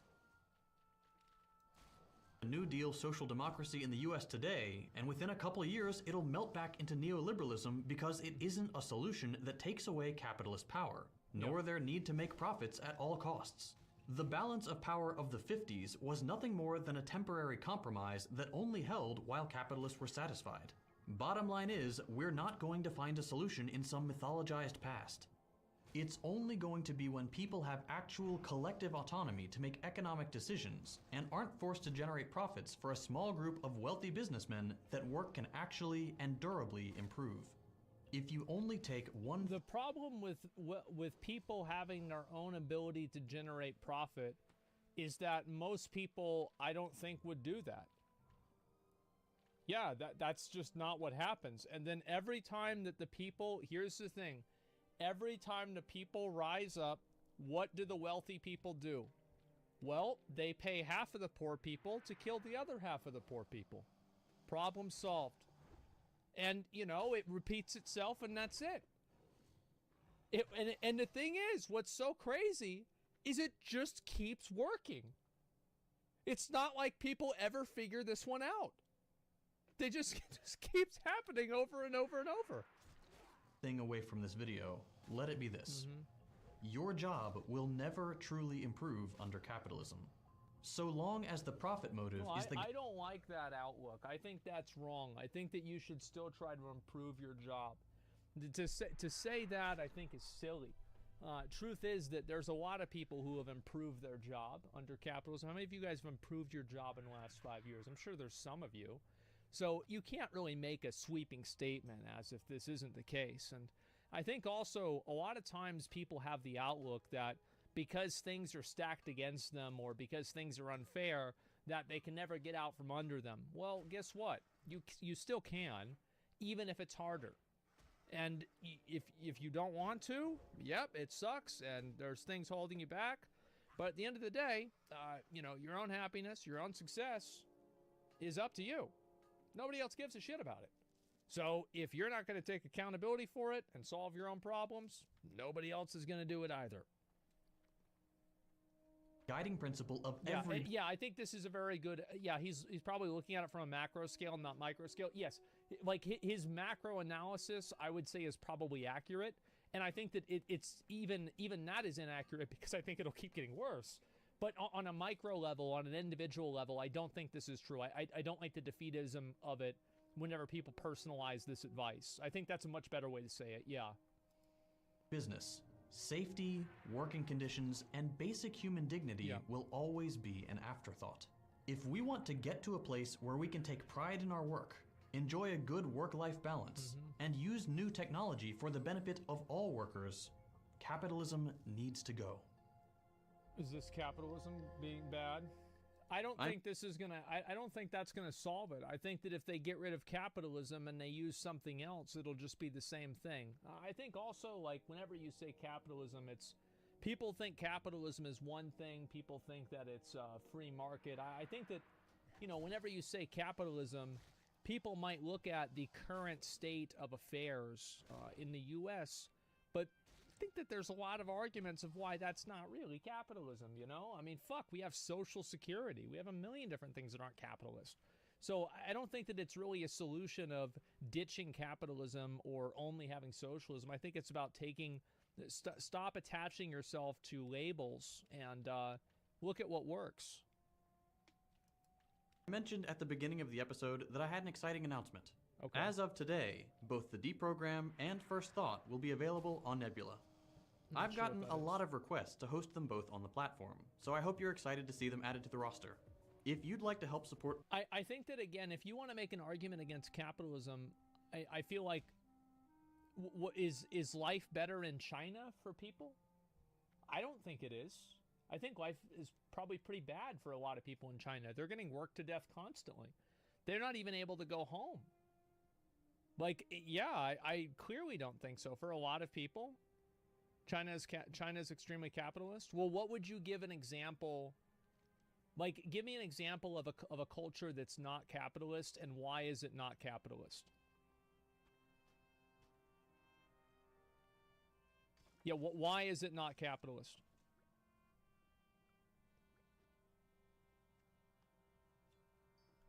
Let's see here. There's no non-capitalist culture. That's the pain. Yeah, I don't understand this.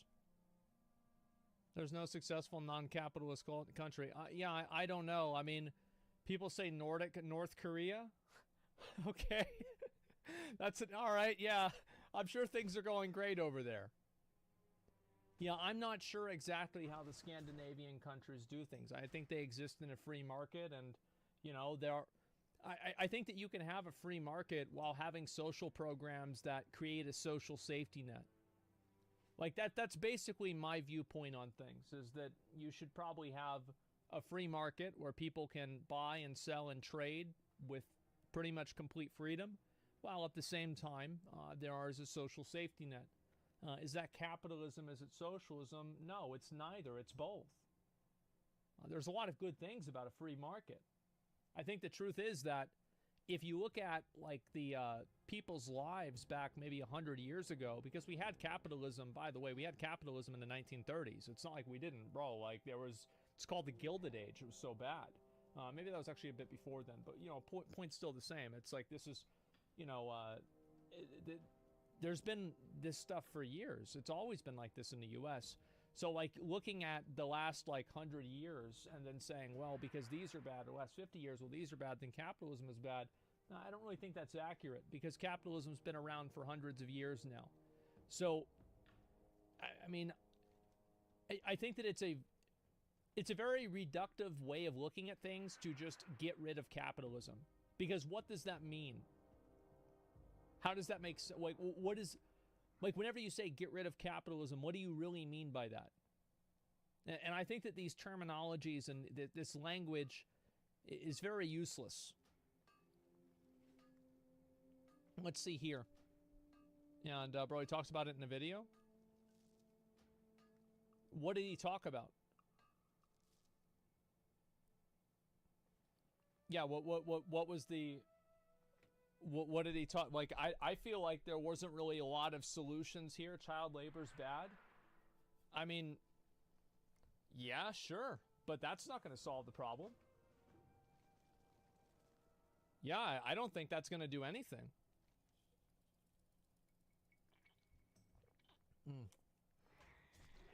I didn't talk about any actionable solutions or policies. Yeah, I mean, again, I think that there are a lot of people, and this is, I think, one of the ways that people like this shoot themselves in the foot, is that they don't really work towards, like, you can make an argument like what he's making, but whenever you don't really provide an alternative solution, it's not really very substantive. There's not really a lot of substance to it, I would say.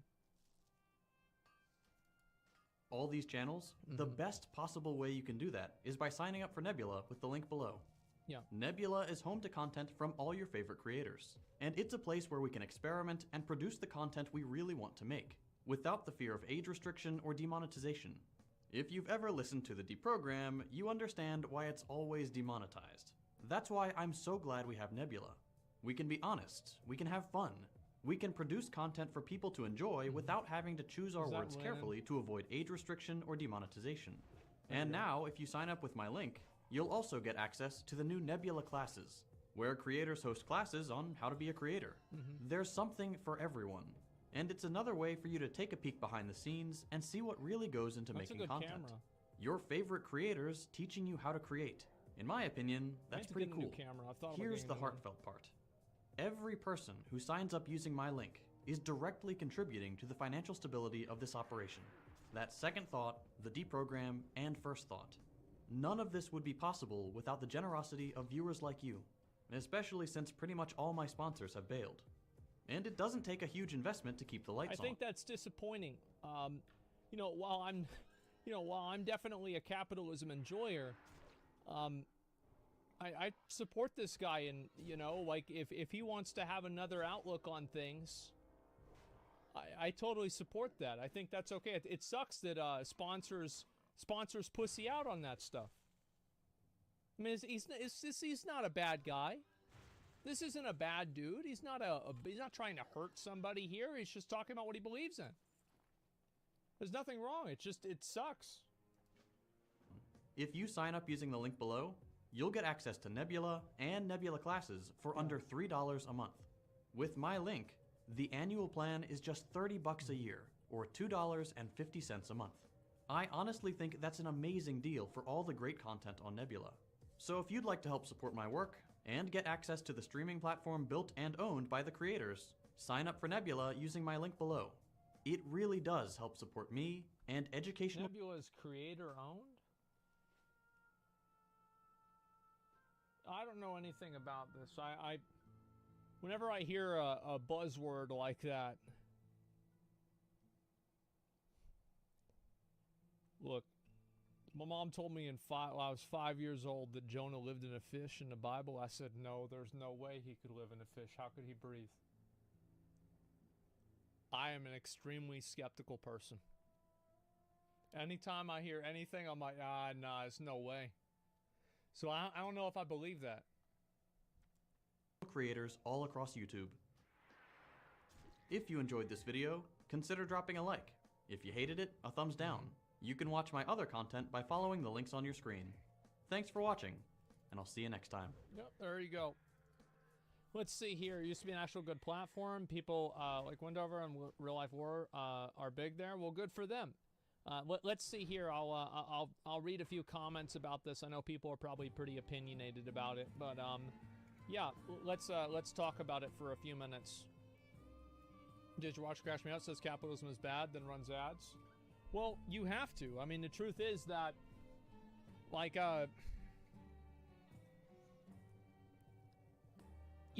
like, for example, can you actively protest climate change while at the same time not participating in it yourself? You don't drive cars, you don't use airplanes, you don't do anything, right? I think that expecting a person, I said this a million times, expecting the person to live according to their ideals whenever they don't have to is always a mistake if living according to other ideals is better for them circumstantially. I am very much a realist with this kind of stuff. I don't think this devalues what people are saying, because I don't really take what they're saying to be some ideological position in the first place. It's not that, yeah, there's activists, many people are activists until they have the opportunity to do otherwise. It's not that big of a surprise. It doesn't really upset me. Problem is in capitalism, it's unchecked capitalism. Yeah, any unchecked system will never work. I think so too. I agree with that. I don't think that capitalism is really a problem here. I think that if you go and, you look at systems and the way of life back before capitalism, I think that you'll see some inequality. Like, massive inequality. Like a crazy, fucking insane level of inequality. So, yeah, serfdom was great. Yeah, well, I hope you like it. It's coming back very soon. Let's see here. My honest opinion, arguing with this capitalism or any isms is a fucking loop. There's no system that will work for everyone. Exactly. So, yeah, I think that the truth is that, free markets, I think they're great. Also, as I said, the first thing that people who are in free markets do is they make them not free. That's the first thing they fucking do. Because if it's a free market, then other people can compete with you. So you want to immediately fucking shut them down, and then it's a free market because you're free to make as much money as you want. That's what you really meant by free market, right? I mean, come on. So yeah, capitalism lives are lives. It's comfortable enough to spend all your time complaining about it. Well, I think that if, as I said, I think that the inevitable conclusion to society is that most people will not work. And, I don't know, people can live as like slaves, they get paid to exist, government can kill them, I don't know what's gonna happen. But, either way, the way that we're living now is, the days of this lifestyle are numbered. And too few people realize that. No, I'm not kidding. I'm not kidding, guys. I think it's gonna happen. I might sound like a crazy person, but, I think time will prove me right. But I guess we'll just have to find out. Yeah, that's about it. Funny how no one mentions an alternative, only that capitalism is bad. Well, I think that, again, like, thinking about ideals is nice, but, actionable behavior is more important. Not enough regulation. What? There's too much regulation? Well, it's both. So there's a lot of regulation. So what regulation is used for, large companies push for oppressive regulation to pull the ladder up on emerging companies in the same business, so it's harder for those companies to compete with them. While at the same time, there are not enough regulatory fucking, tools to stop these other companies from doing things that save money. So both things are true. Sorry to say. Thinking politics, talk about throwing rocks. Is this upsetting you? It's too bad. Yeah, does I have a good plan for an entire upheaval of an economic system? Well, I'm not expecting a 20-minute YouTube to have a good plan for an entire upheaval of an economic system, but you can't just say something's bad and then be like, well, this is... Like, here's me as a skeptical, I consider myself a rational person.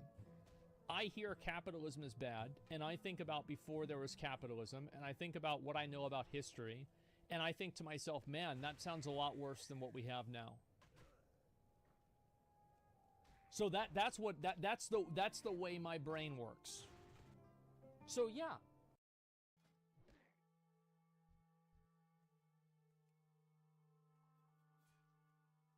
I mean, sure, if somebody's got another idea, that's great, but like, this seems like pretty much the best one we've got so far.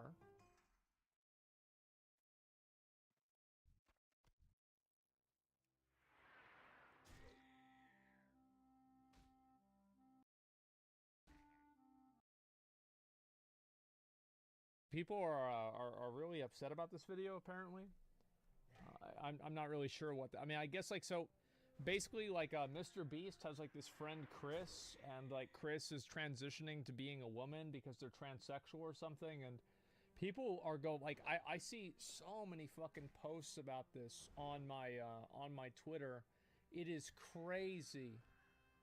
It's like there's and what's so crazy to me about it is the fact that like there will be posts that'll be like, wow, you know, I feel so bad for his kids. He's ruining his kid's life. He's gonna regret this so much. This is horrible. And like it'll have 50,000 likes, right, or 80,000 likes. And then I'll see, you know, a comment about how like everybody who says that is like a fucking loser that lives in their mom's basement, and you know, Chris is beautiful, and you know, he's the best, and you know, I wish all the best for him. And that has 50,000, 80,000 likes. Like it's very divided, very divisive topic that people have. This Tyson situation could become a complete disaster for Mr. Beast's brand. However, it may also provide some unique benefits. Okay. So let's begin by going over the drama before explaining exactly how this will impact the Mr. Beast channel. Sure. In mid-2022, fans began to notice that Chris Tyson was changing. In the early days, he represented the quintessential southern gun and truck loving dude. Yet beginning in March 2022, Chris began to display increasingly feminine traits, making tweets such as, I mean, I'm gonna be real, like, everybody paints their nails now. Like, I'm pretty sure Tectone's a dude, you know? And he paints his nails. The only time I ever got my nails painted was there was one time we were at the fair, and there was a hot girl from my school that was there, and she wanted to paint my nails, and I let her do it. And then my dad found out, and he saw my nails. He's like, what's up with that? And I explained the situation to him, and he said, okay, that's good. He's like, good call. That's the only time I've ever done it. I finally got my nails done at a nail tech. Additionally, Chris would highlight that his facial appearance had changed significantly since the start of the pandemic, which accompanied another post reading, okay, so in 4 different customs I had to prove I was myself because I, quote, look nothing like my passport pic, so much that I'm considering updating my passport. Do you see any resemblance? Prompting replies such as, you went from man to boy. Chris responded by stating, of course, bro. Of course, from this guy, like you see, he's got the plaid shirt on. Bro, you know that beard is down to here. Like, he's got the trucker hat. You're goddamn right, brother. Uh-huh. Yeah. This dude plays classic, guaranteed. Nah, to be honest, I just really started taking my mental health seriously and eating better. Yet his Twitter photos kept insinuating that Chris was becoming more feminine, with this same kind of look showing up in his Mr. Beast appearances. For example, on the 6th of January 2023, Beast Reacts uploaded a video titled I strapped a GoPro to a fish, in which Chris how wouldn't it come off the fish? Dressed in a way that prompted comments such as, Chris has been adopting more and more traits that remind me of my grandmother. Okay, so some to be fair with that one, I mean, people say that about me, but okay. People just gonna ignore Chris's nails? Chris had to have lost a bet. The look is getting wild. Yeah. The response to the video then prompted... I feel like those comments, I mean, it's just, I don't think there's anything wrong with those comments. I mean, it's not like they're hateful or divisive or... they're not meant to hurt the guy, right? It's just people that are making comments, at least so far. Countless viral TikToks, such as this one with 700,000 likes, stating how did Chris go from this to this, while others even made the claim that Carl had turned him gay.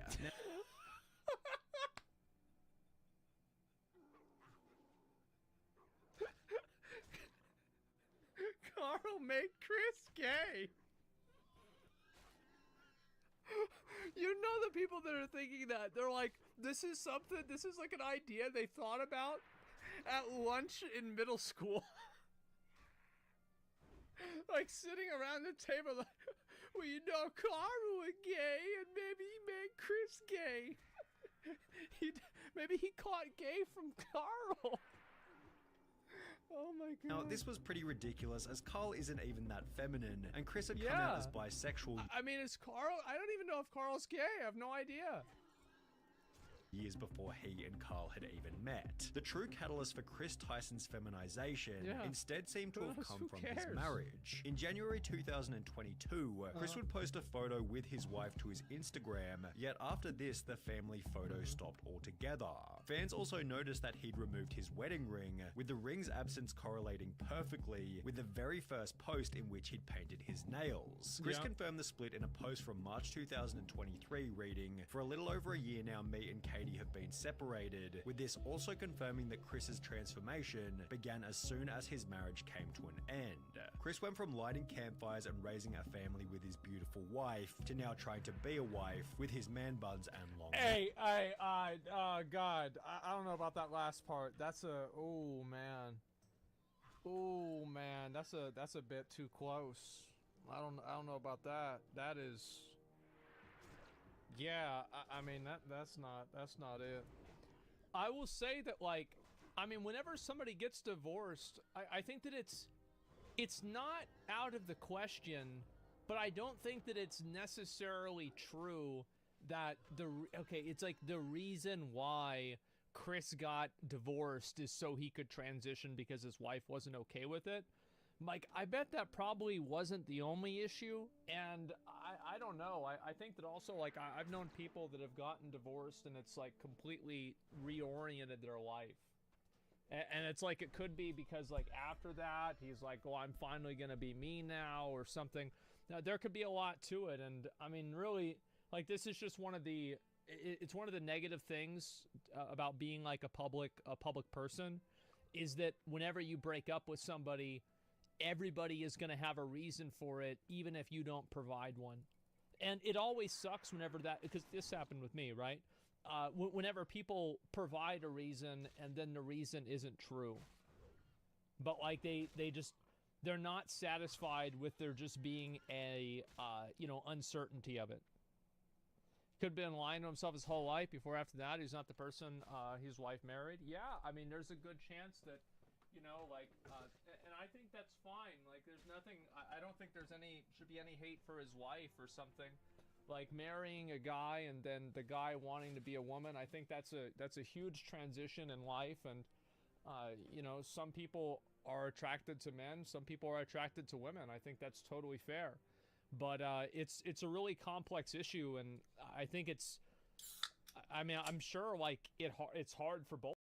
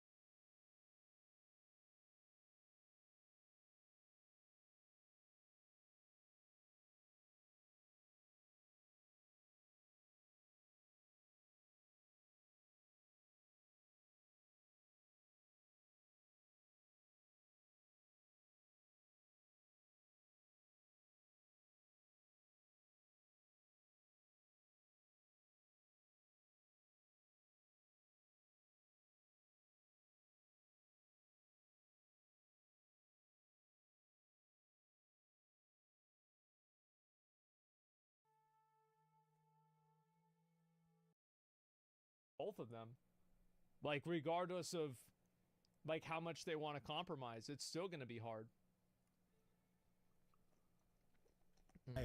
As the criticism continued to pile, Chris announced that he'd be taking a break from social media. And while there was a possibility that Chris would make efforts to return to his former self, he'd rather do the opposite and double down on his feminine image, showing up to— No, I don't know about doubling down on the feminine image. Like, I feel like the term doubling down is like, it's like people always say, like, doubling down whenever it's like a bad opinion or like a very strong opinion or something like that. But like, I don't know, I think that, this is just might be what he's like more comfortable acting like or being like. I don't know if it's really that complicated.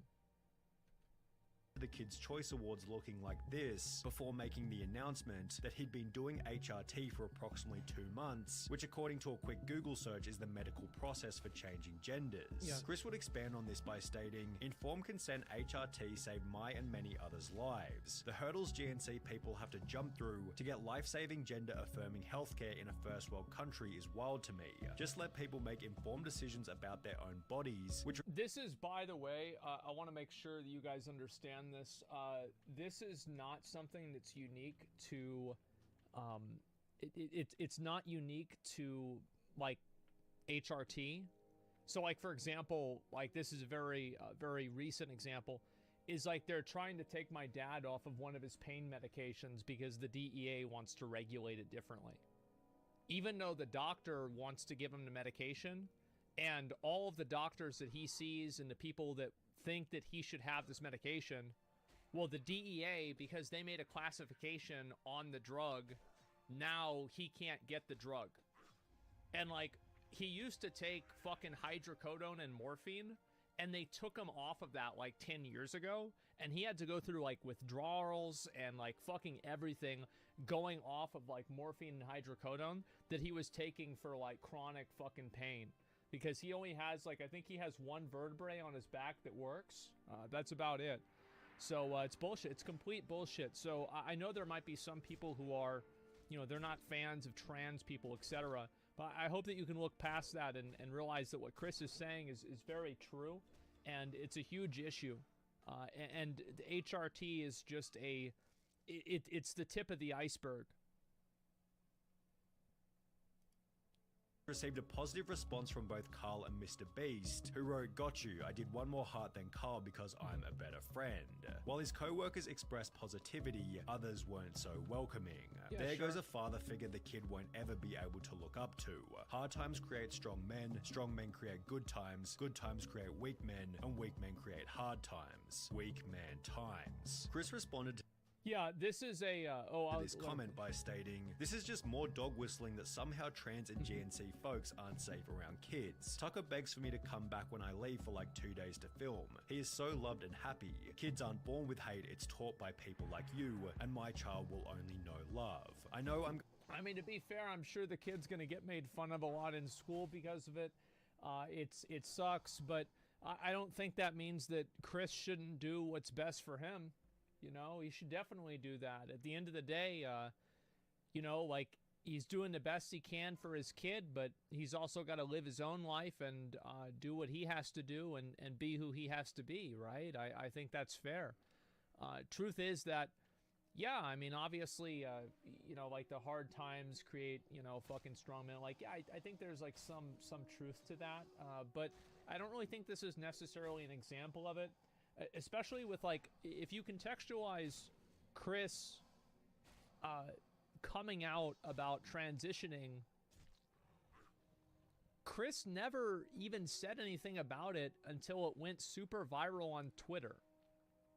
It's not like he really made a big announcement about this, because before that he was like, hey, I'm just changing who I am, etc.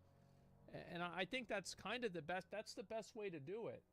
Because I think that the way to treat people like that is to just treat them the same. Like, I don't know, like, I'm sure it's awkward and weird for, like, you know, Mr. Beast and all them, like, to have a friend that's going through something like that. I'm sure it's confusing. It's very complicated. It's the same as, like, you've probably had friends that have gone through, like, really big, like, personal changes like that, and it's probably really hard to deal with. Sure, and I think that this is probably the same thing. Again, it's not, doesn't mean that Chris is wrong. It's just that that's what happens. And yeah, PTSD. Yeah, PTSD is a good example of that. And overall, like, I don't really think it's that big of a surprise that, you know, it could make people uncomfortable, or people might have a hard time adapting to it or whatever. But, I mean, you've got to remember, like, yeah, they work together, everything like that, but he's their friend. And so they're probably going to try to support their friend. That's what really matters. Chat's imploding in a civil war. Well, there's a lot of people, you have to keep in mind that there's a lot of people that are in, like, Western culture have, like, such a Western-centric mindset for this that I don't think they realize that in many places in the world, I don't know about most places, I'm not sure, but in many places in the world, you're not able to be trans. Like most places in the world, as far as I know, I don't think have a positive view of trans people. So you shouldn't be surprised whenever there's people in chat that, and this, I mean, this is a global chat. Any English speaker can come into this chat and talk. So if somebody from a country that it's against the law to be gay comes in here, they see this, well, of course there's going to be a culture shock. So yeah, that's how it is. Like Russia, I don't know how they do in China. It's divisive in America too. Yeah, but what I'm saying is that we're on a global platform here, and there's going to be people who disagree with it. And like, I think it's silly. I've always been very outspoken about letting people do whatever they want to do, because I think that's the only way that you can, like, how can you truly live if you can't be who you are? That even if you disagree with what a person's doing with their life, it's still their life to do it with. Like you can express discontent or disagree with it or whatever, and you know, whenever you're hurting other people, right? Oh, I want to be a drunk driver. Well, it's too bad. But you know, for things that aren't really, like, he's not killing anybody, he's not hurting anybody by taking HRT. He's just doing it to himself. Now, I think that people should have the right to, you know, do what they want to their own bodies, so long as they're not hurting other people. His family? Well, I think that's his family's decision. That is, his family should be deciding whether they're okay with that, and not the government or not a society of people that doesn't know him. I don't think that's really fair. Because, like, he's spraying this bullshit to children watching Mr. Beast's video. Yeah, I mean, I think that you can make that argument with a lot of stuff. Like, for example, I'm sure that people said the same thing with Mr. Beast blinding people, or not, curing people of blindness, and giving people money, etc. Yeah, I think that people say the same thing, and you know, there's an element of truth to that, sure, but also, like, people choose to watch Mr. Beast's videos. Like, all the kids that are watching his videos are choosing to watch his videos. And I mean, like, if they don't want to watch the videos because of Chris, then that's their own prerogative. Like, I'm not going to tell a 12-year-old what to do, right? I mean, that's just what's going to happen. So, I don't know. As me becoming liberal and anti-God, I can't support this. I don't really get the. I've always been very outspoken. It's weird for me to hear people say that, because like, you guys know, I volunteered to like work with like you know, like Planned Parenthood and like the other like Greenpeace, like other political organizations at that time, like the Occupy Wall Street type stuff. I applied to do that, and I got hired to do that in 2009, right? I was 19. So it's just like, where is this, like, where is this coming from? I think that any time that I express any sort of political opinion, people think that I am extremely, like, super progressive or super conservative or something like that. This is my general opinion. People should be able to do what they want to do so long as they're not hurting other people. I think also people in general have the right to hurt themselves. If you want to do something that's unhealthy for yourself, I think that's fine. I don't want to go around, and the reason why is that everybody can say, whoa, well, you know, what about this, what about that? I don't want to spend my money, my tax money, on enforcing this. I don't want to enforce my worldview on somebody else. I don't want to spend my money on this. It's a waste. He's hurting his kid, though. Yeah, I mean, maybe, maybe not. I don't know. I think there's plenty of people that are hurting their kid. Like, I would argue that being an alcoholic will probably hurt your kid probably more than being trans in like every single way. Should we make it against the law to be an alcoholic? No. Now, I think that we should provide a ton of help for those people. We should do everything, but I don't want to put them in jail. That's not the solution. I don't want to waste my fucking money on this shit. I don't. It's a fucking waste of my money. Stop it. Going to be a great parent, and so is every other person who puts the love of their child before everything. I made this decision because I wanted to show up as my best and happiest self for him. In a way, this was for Tucker. Chris's response received some positivity such as, "I'm convinced you're an amazing father. Tucker is lucky to have you and also lucky to have all of those who surround and support you in his life, as well as I adore that. I'm glad you made that decision." I don't know. I mean, I don't... Like, why everybody, like, I love how everybody is so confident and so certain about how this is going to affect this kid. How the fuck do you know? Like, this kid's life is probably totally fucking different than an average kid already because his dad is like this famous person on the internet. Like, this is a unique circumstance to begin with. Who the fuck knows? Maybe it is. Maybe it's not. I tell you one thing, it's not my fucking business. And what I really mean by that is it's not my fucking problem.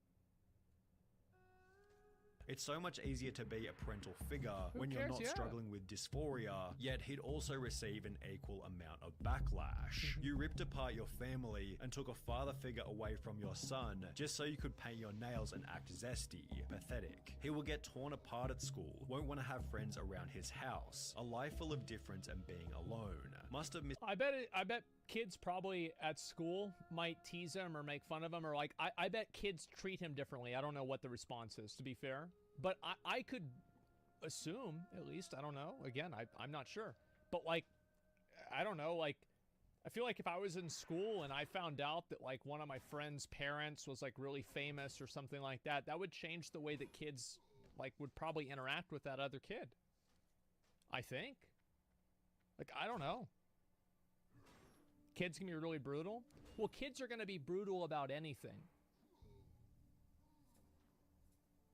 The point in that tweet. How's this for him when you're depriving him of a father figure? Although Chris wasn't altered by these comments, as he'd once again reiterate his certainty in a new post reading, "It's never too late to start being yourself," which received praise from Mr. Beast as well as Nolan and Carl. However, these comments also added extra fuel to the fire. In a few years, look back at this thread and remember they were never your friends. Only yes men cowards. Hope you come out of this safe. Mr. Beast responded to this with a simple opinion irrelevant ratio, to which the original commenter would state, "I have 30 followers, so go ahead and ratio me. I'll still rest easy knowing that I'm not a coward who idly sits by watching my friend ruin his own life." In some I think that it's a very complex issue whenever you have and like also like the thing is like he probably could have just talked to Mr. Beast, probably talked to Chris about it, and like I'm sure they had honest conversations about it. Like, what's wrong? What's wrong with that? Do you think it's unreasonable to feel uncomfortable around someone like this? I don't know. I think people feel uncomfortable around a lot of types of people. I don't really see this as like as one point on the graph. No, I think it's kind of weird. I think that also like there's plenty of people that I'm uncomfortable around, and it's not because there's something really weird about them. It's how they act. I think whenever somebody makes me uncomfortable, it's how they act, not really how they look, usually. I would say. If it makes you uncomfortable, that's on you, not them. And yeah, also, like, if it makes you uncomfortable, then stop being around them. Yeah, I mean, I'm not telling... The thing is, like, I don't tell people, like, oh, well, you have to be okay with everything, and you can't ever choose not to be around somebody. Like, then just stop being around them. Because, like, whenever I say let people be who they want to be, that's a two-way street. So, like, if you don't want to be around somebody like that, then just don't do it. Like, I don't want to force somebody to do that. That's crazy. How can you force someone to feel a certain way about something? Yeah, exactly. Yeah, stay in your lane. Stay. Don't worry about what other people are doing, man. If you're ruining your life, then it's suddenly not your friend's problem. Take accountability. Yeah, and I think that's also true. I mean, it's Chris's life. It's not Mr. Beast's life. It's not Carl's life. It's his life. And so if he wants to, quote, ruin his life or do anything like that, it's his life to ruin. And he has the right to do that because he's an individual. And if you can't be who you want to be, then why are you? What's the point?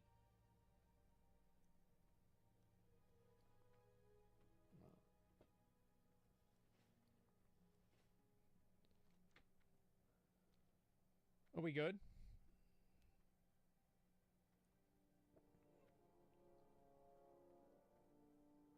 Yeah, Matrix got me. Yeah, obviously. If Mr. Beast stops supporting him or doing what you're suggesting, he's going to get canceled? No.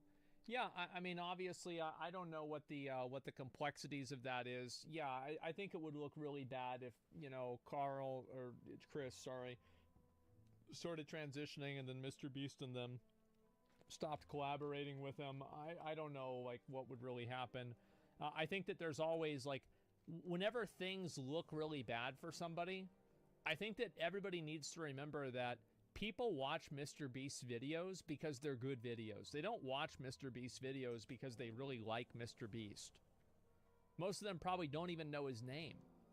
They just watch his videos. He's like the #1 YouTube personality. He just hits the main page and people watch him and browse.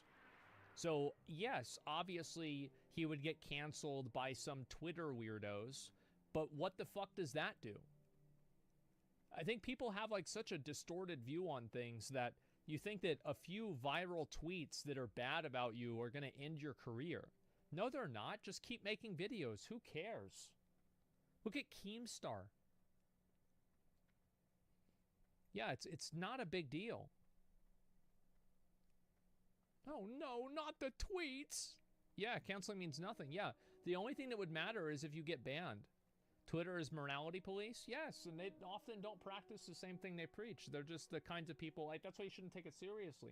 Like, I don't get mad about it. It's just not worth thinking about. In some ways, it was nice to see the boys standing up for Chris on Twitter. However, the situation has already begun to change the dynamic within the videos. For example, in a recent live stream titled Opening 1,000... Well, I don't know why this is surprising to anybody. There's a lot of people that don't like trans people out there. Like, this is not a secret. Like, it's fucking obvious. What are we even doing here? Of course. There's entire countries where it's illegal. I don't know. I don't know the laws in being trans in every country. I don't know what it's like in China, Russia, Japan, I've seen crazy shit that happens in Africa. I don't know what the fuck their laws are in this, but there's some places in Africa where apparently they kill you if you're gay, so I assume that this might be the same. Middle East, I think you can pretty much assume is the same. South America, really hard to say. So it's like, you shouldn't be surprised that a lot of people don't like something whenever you have a global audience, and the way that a global audience interprets something is going to be very different whenever it's put in front of them. Like, that's just, like, it's a massive social issue. Everybody's talking about it. That doesn't mean Mr. Beast is wrong. Just because a lot of people disagree with you doesn't make you wrong. I don't understand why people have like this. This is a very bad thing I think the internet's created. And I think Reddit's probably the worst part for this, worst place for this. It's why I actually like 4chan. Is that on 4chan, you can post the hottest, most unpopular take, and your post is just as popular and just as promoted as every other person out there who is repeating the same exact thing. But the problem is that on Reddit, The people who are popular, the people who get the most visibility, are the ones that appeal and appear to the hive mind. They're the ones that toe the company line. They say the right thing at the right time, or they have the funny, you know, the funny joke or something like that. And I think YouTube is the same thing. You know, bigger number, better person.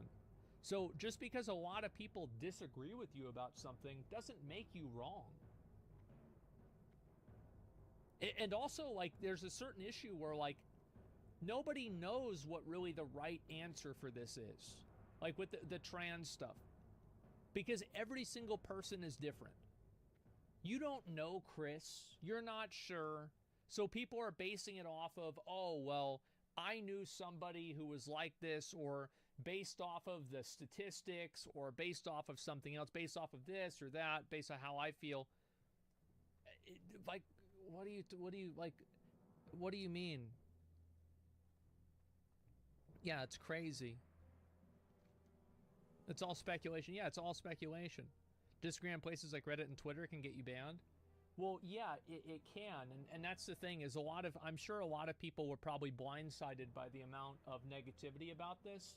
But the truth is that the reason why you haven't seen so much anti-trans sentiment is because everybody who expressed it for the past few years has gotten banned. Now that Elon owns Twitter and you can't really get banned for saying that stuff anymore, you're seeing a lot more people saying it.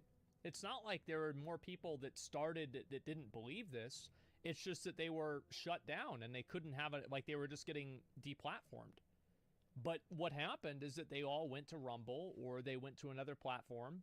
And at a certain point, if you deplatform enough people, you create another platform. And like, look at Kick, for example. Rumble is, again, these are all websites that have a fraction of the population that YouTube does, but it's not where they are, it's where they're going. So yeah, what I'm saying is it was definitely an echo chamber. This, for me, like, this is not a surprise at all. Of course people are going to react this way. History art boxes, Chris would once again dress in quite a feminine way, and while everybody participated as usual, the energy and vibe didn't feel nearly as smooth as it normally does. It felt I think that a lot of times people interpret an interaction between two individuals on stream the way they want to.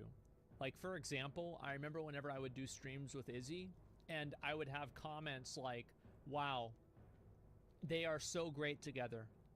This is so natural, it's so great. And then other people that are like micro-analyzing, look how whenever he moves towards her, she moves her hand away.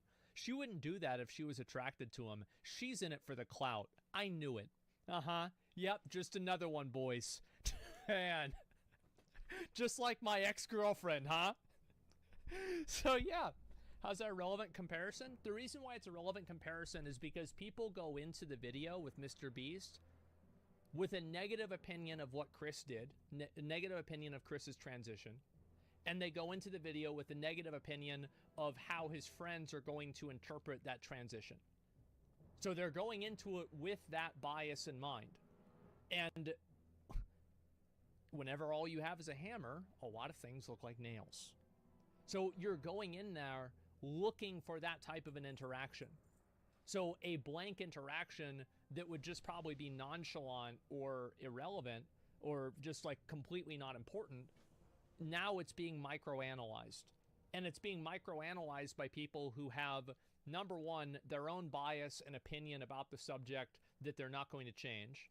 Number two, that have no personal interaction with any of the people in the video, and so they don't know how they act personally. And number three, you're only seeing a very small window of that interaction through a camera. You see what I'm saying?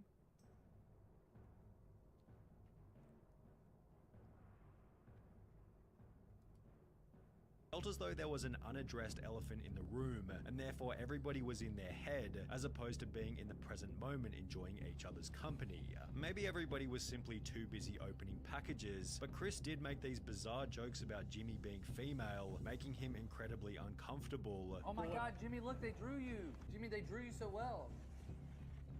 It looks just like you. Oh, yes. Oh my god, it's Jimmy. Fan art. This is what we were looking for. Yeah, I think it's probably really hard for them. you know? And I don't think there's anything wrong with that. Yeah, no, it's probably pretty hard. Because, like, you know, like, obviously, like, I mean, you've got to remember, like, these guys are really good friends, and, like, this is his friend, and his friend just went through a fucking divorce. He's going through this transition thing. His friend's getting harassed on the internet constantly. He's getting harassed constantly. They've never dealt with this level of criticism before. It's like, you know, fucking thousands of people all the time. Like, you have to look at what the relationship is between them, and like you have to contextualize that to an extent, and I don't really know everything about it, but yeah, it probably fucked up his head, like having that many people that were like shitting on him. And then, you know, Mr. Beast, it's like it must be really hard dealing with this, straight up. Like I feel like it's probably really hard. I guess it sucks to be famous sometimes. Well, yeah, of course. I mean, everything sucks sometimes. That's it. There's no excuse to act like that. I don't know. Like, I've had friends of mine that have been in, you know, bad situations and they've made other people uncomfortable. It's just, you know, sometimes life is like that. Yeah, it sucks. Be honest, be kind, Mr. Beast. That is my tagline. Becoming even weirder when each member started to pay each other compliments. Hey, I gotta eat one of these candies, see if they're any good. I gotta get all Mr. Beast to send me some of these. Sure. Thanks, dude. Nice shirt. Hey, nice shirt. Thanks, dude. Nice shirt. Thanks.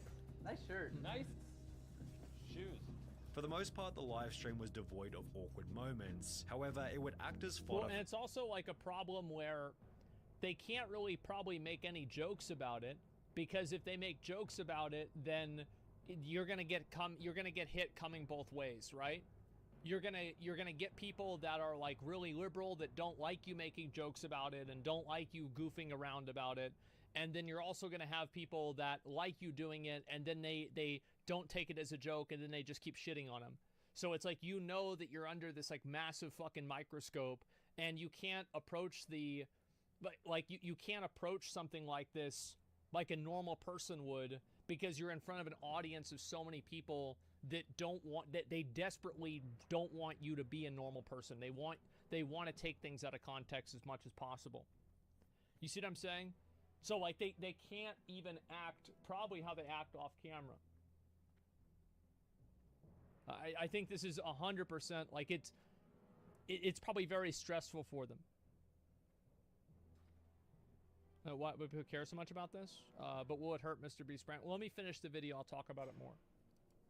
For another 100 million views worth of drama and criticism. Chris likely believes that people will slowly adapt to his new appearance over time, but is this really going to happen? Well, maybe. No, it won't. It's just people that they don't like trans people. They're not going to like him in a year after he's been trans for a year. They're going to like him less. That's just that. I mean, some people will. Some people, they'll adapt to it. A lot of people will not. And that's the truth.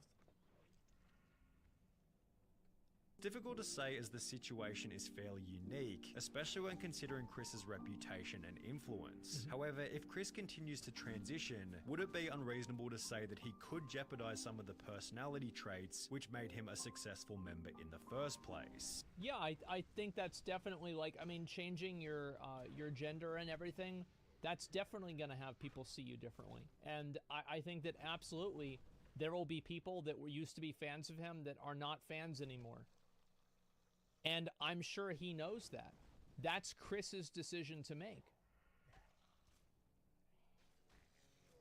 Like that's because he's making that decision himself. Perhaps the opposite will happen, and he'll instead pick up new personality traits that better resonate with the current Mr. Beast audience. This was put forward in many comments supportive of Chris, who imply that there'll be millions of queer kids who look up to him, although this doesn't necessarily mean that it'll add any value to the videos. Mr. Beast has likely cultivated a massive LGBT audience, all of whom are already watching anyway, and if we've learned anything from Hollywood in recent years, it's that adding over-the-top LGBT characters for the sake of relatability believability rarely works as intended and is often nothing more than a distraction from the premise of the movie or video. Well, if the only reason why he's there is because he's trans, like, yeah, I think that's very true, but this is like his friend he's had for years, so it's not really the same thing. Like, I think that's a lot different. Like, comparing, you know, adding some character into a story for a diversity quota to your friend transitioning, like, these are two very different things. And, of course, people will interpret it to be the same.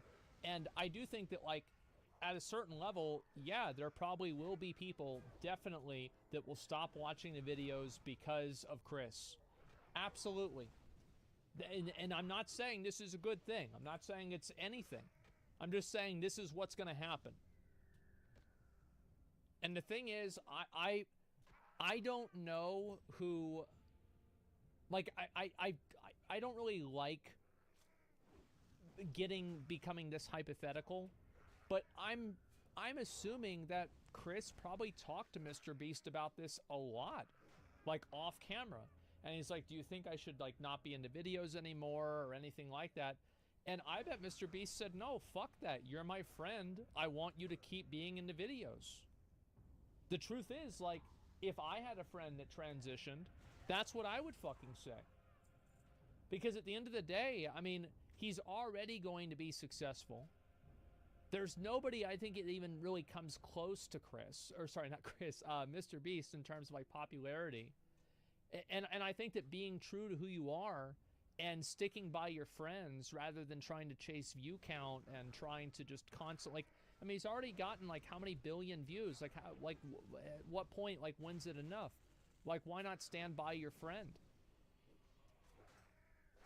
I mean, yeah, I don't know. I think that's what makes sense. So yeah, true friends love you unconditionally. Yeah, that's what I would say. You know, his viewers drop it to half. He'll still be one of the biggest. I think he probably would be the biggest. Yeah, stand by our previous. Yeah, I mean, that's your friend. And that's what really matters. Like Mr. Beast is set for life. He's fucking super rich. What are you doing with your life? Like, it's more important for you to keep pandering to people. And it's also, like, think about the kind of people that are gonna, that you're retaining. You're retaining people that would leave you and stop being your fan just because of a person that you're friends with. Is this really something that you want to do? On top of this, it can be uncomfortable and unrelatable for the silent majority, although as we have seen, a situation like Chris's does have the potential to create an otherworldly amount of discussion, which could be seen as a benefit for the Mr. Beast brand. I think that you'll really not know, I don't think you're gonna know if this is a positive or not for like 2 more years. Because that's how long something like this is gonna take to really play out. Is good for growth, 100%. That would be an easy way to up my So base if I got it. The problem is this type of situation is probably the last thing that Mr. Beast wants to attract, as he's forced to agree with Chris. And like, I don't know Mr. Beast, you know, like privately. I've never talked to him or anything like that. Contrary to the 4chan copy pasta, we don't have meetings about how to, you know, take over the, Mr. Breeze, did I say that? Take over the fucking internet or something like that because we both are represented by the same agency. It's just, that actually doesn't happen.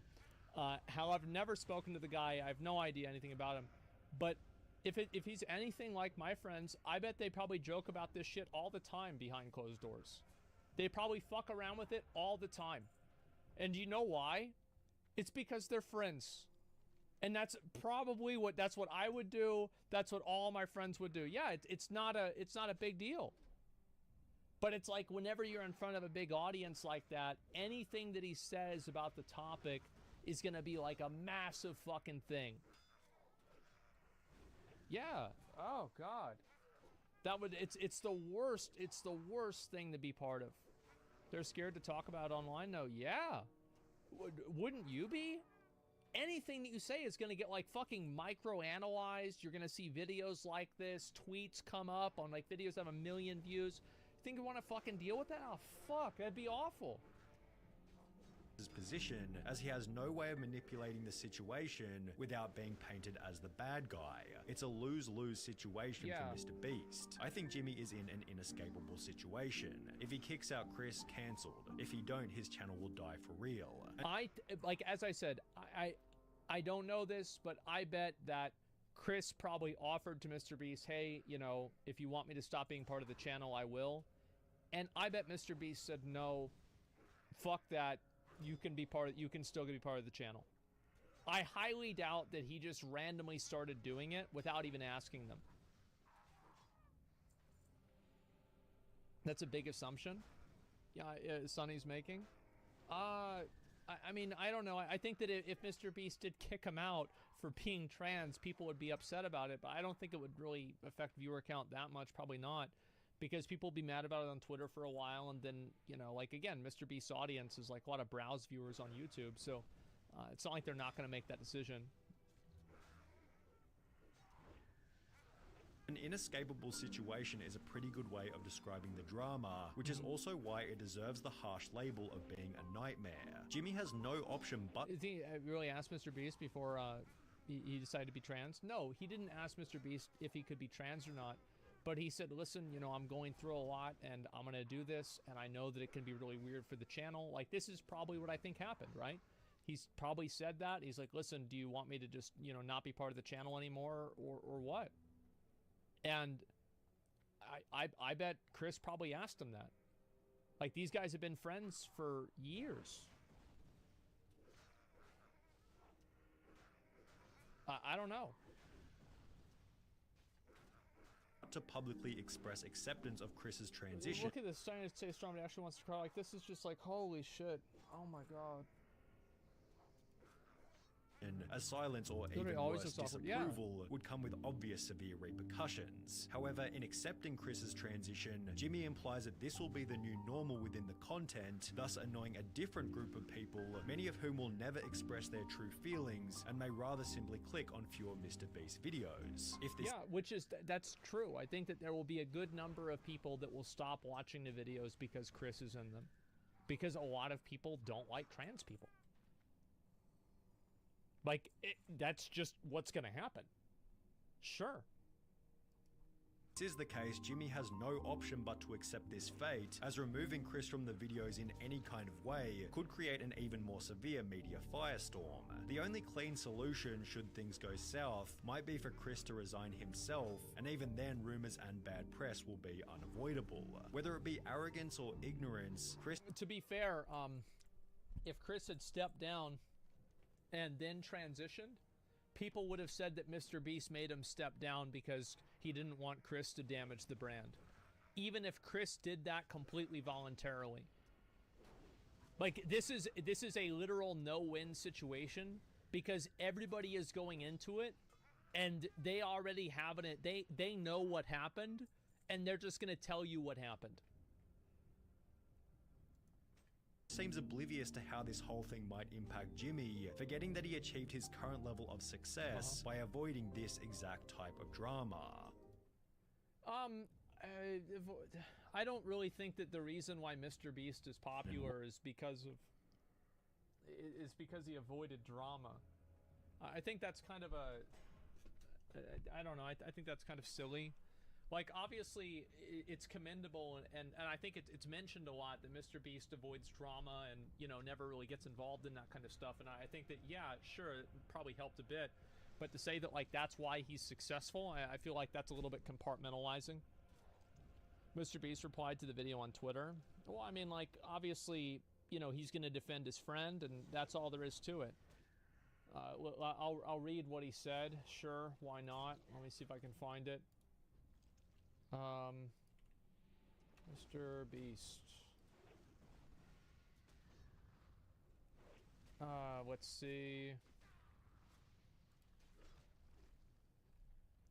Yeah, this is getting absurd. Chris isn't my nightmare. He's a fucking friend. Things are fine. All his transphobia is starting to piss me off. Well, yeah, because, like, and I feel like anybody would feel that way. To have a bunch of people that don't know you, that have never met you, that also I bet in a big sense, like, are massively less successful than you, try to tell you, the most subscribed YouTuber, this is what you need to do. Yeah, I bet it would probably piss me off too if I was in his position. Absolutely, it's fucking annoying. Let's see here. We're gonna stop dumping on Chris, let them live their life. I mean, why people care so much? I mean, I think there's a lot of reasons. It's very complex. I think, like, there's a lot of social reasons. You have to remember, again, you see this amount of negative feedback and stuff like this because it's on the internet, and the internet is a global platform. And inside of a global platform, guess what happens? You have a ton of people who are part of cultures that actively do not like and do not accept trans people. So guess what happens? Those people come into my chat. They come into this video. They come into, you know, any of these things, and they have their opinion on it. And it's like, what do you lock them up? Well, just, like, what are you gonna do? Like, they're not even in the U.S. Like, what are you gonna put some guy in India in jail for this? No, it's crazy. So yeah, I'm pretty sure the majority of Americans as well. Well, I'm not sure about the majority of Americans. Maybe, maybe not. I think that the majority of Americans probably don't give a fuck and they don't want to hear about it. That's what I think the majority of Americans think about pretty much every single social issue. Don't fucking bother me with your problems. I don't want to hear about them. Do whatever you want to do on your own time. That's what most Americans, I believe, think. It's not that they don't care about trans people. It's not that they do. It's that they don't care about that person, period. Shut the fuck up. I don't want to hear about them. That's it. Most Americans, yes, they're agenda phobic. And I think that, like, you don't see those people that have these opinions because they're not on the internet consuming content that's made for opinionated people. That's just how it is. See my friends? Yeah, exactly. Let's see here. I got my own problems. I don't burden other people with them. Sure. It's trending cult culture too. When a change happens, people side with, others depart. Yeah, for sure. It's closed-minded boomer, wherever they're from. No, I don't think it's closed-minded boomers. I think that there's a lot of people who have this outlook that are younger too. I think there's a lot of them. And the only reason you're seeing more of it now is that they don't get banned for expressing themselves. So yeah. No one would care, but it's in people's face all the time. Well, then it's their prerogative to not watch that content. I think that, again, if you don't like the content that you're being provided and you have that opinion, then just stop watching it. That's all you can do. Because they don't agree with it, doesn't make them a boomer. Yeah, it's just that's people have a different viewpoint on things. And again, like, there are a lot of things that, like, for example, I completely support, like, being gay and stuff like that. I don't think there's anything wrong with it at all. I've felt that way since I was like 7 years old, 8 years old, whenever I first learned, like, what it was about. It's totally fine. And by the way, this is the same guy who I only watched lesbian porn growing up whenever I was a kid because I thought if you watched it with a dude, you'd be gay. I'm not gay. I'm not into guys. In a way, it would be more convenient if I was, because there would be more options. Because a lot of girls don't like the way I live. But it's just not how I'm wired. It's it. I've had dudes grab my dick multiple times. Sorry. It's just, it doesn't work. It's not for me. So, yeah, huh? No, bro, I grew up in Austin. I've had a lot of people downtown and like these dark, crowded places grab me. And it was not just Train. That was just, bro, that was just one time of many. Okay? Yeah, the Trainwrecks television situation was one of many.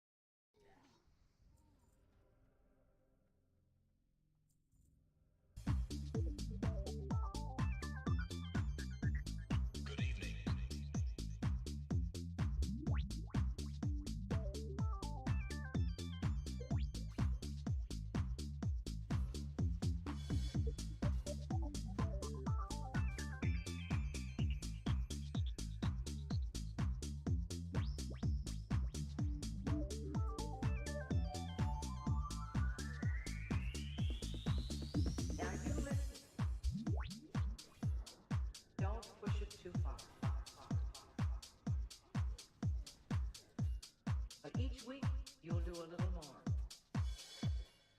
And achieving wonderful results.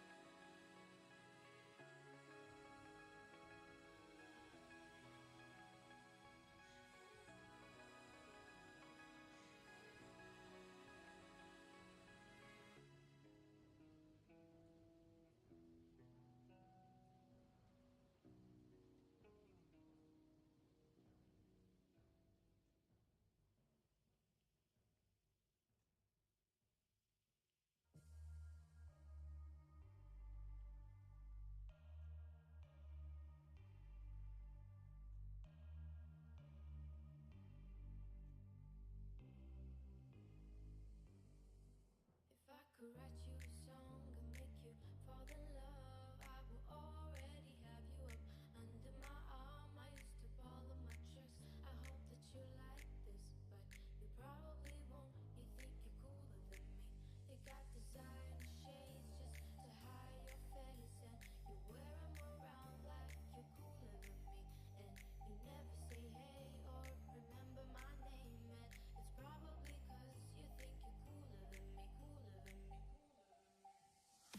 cooler than me.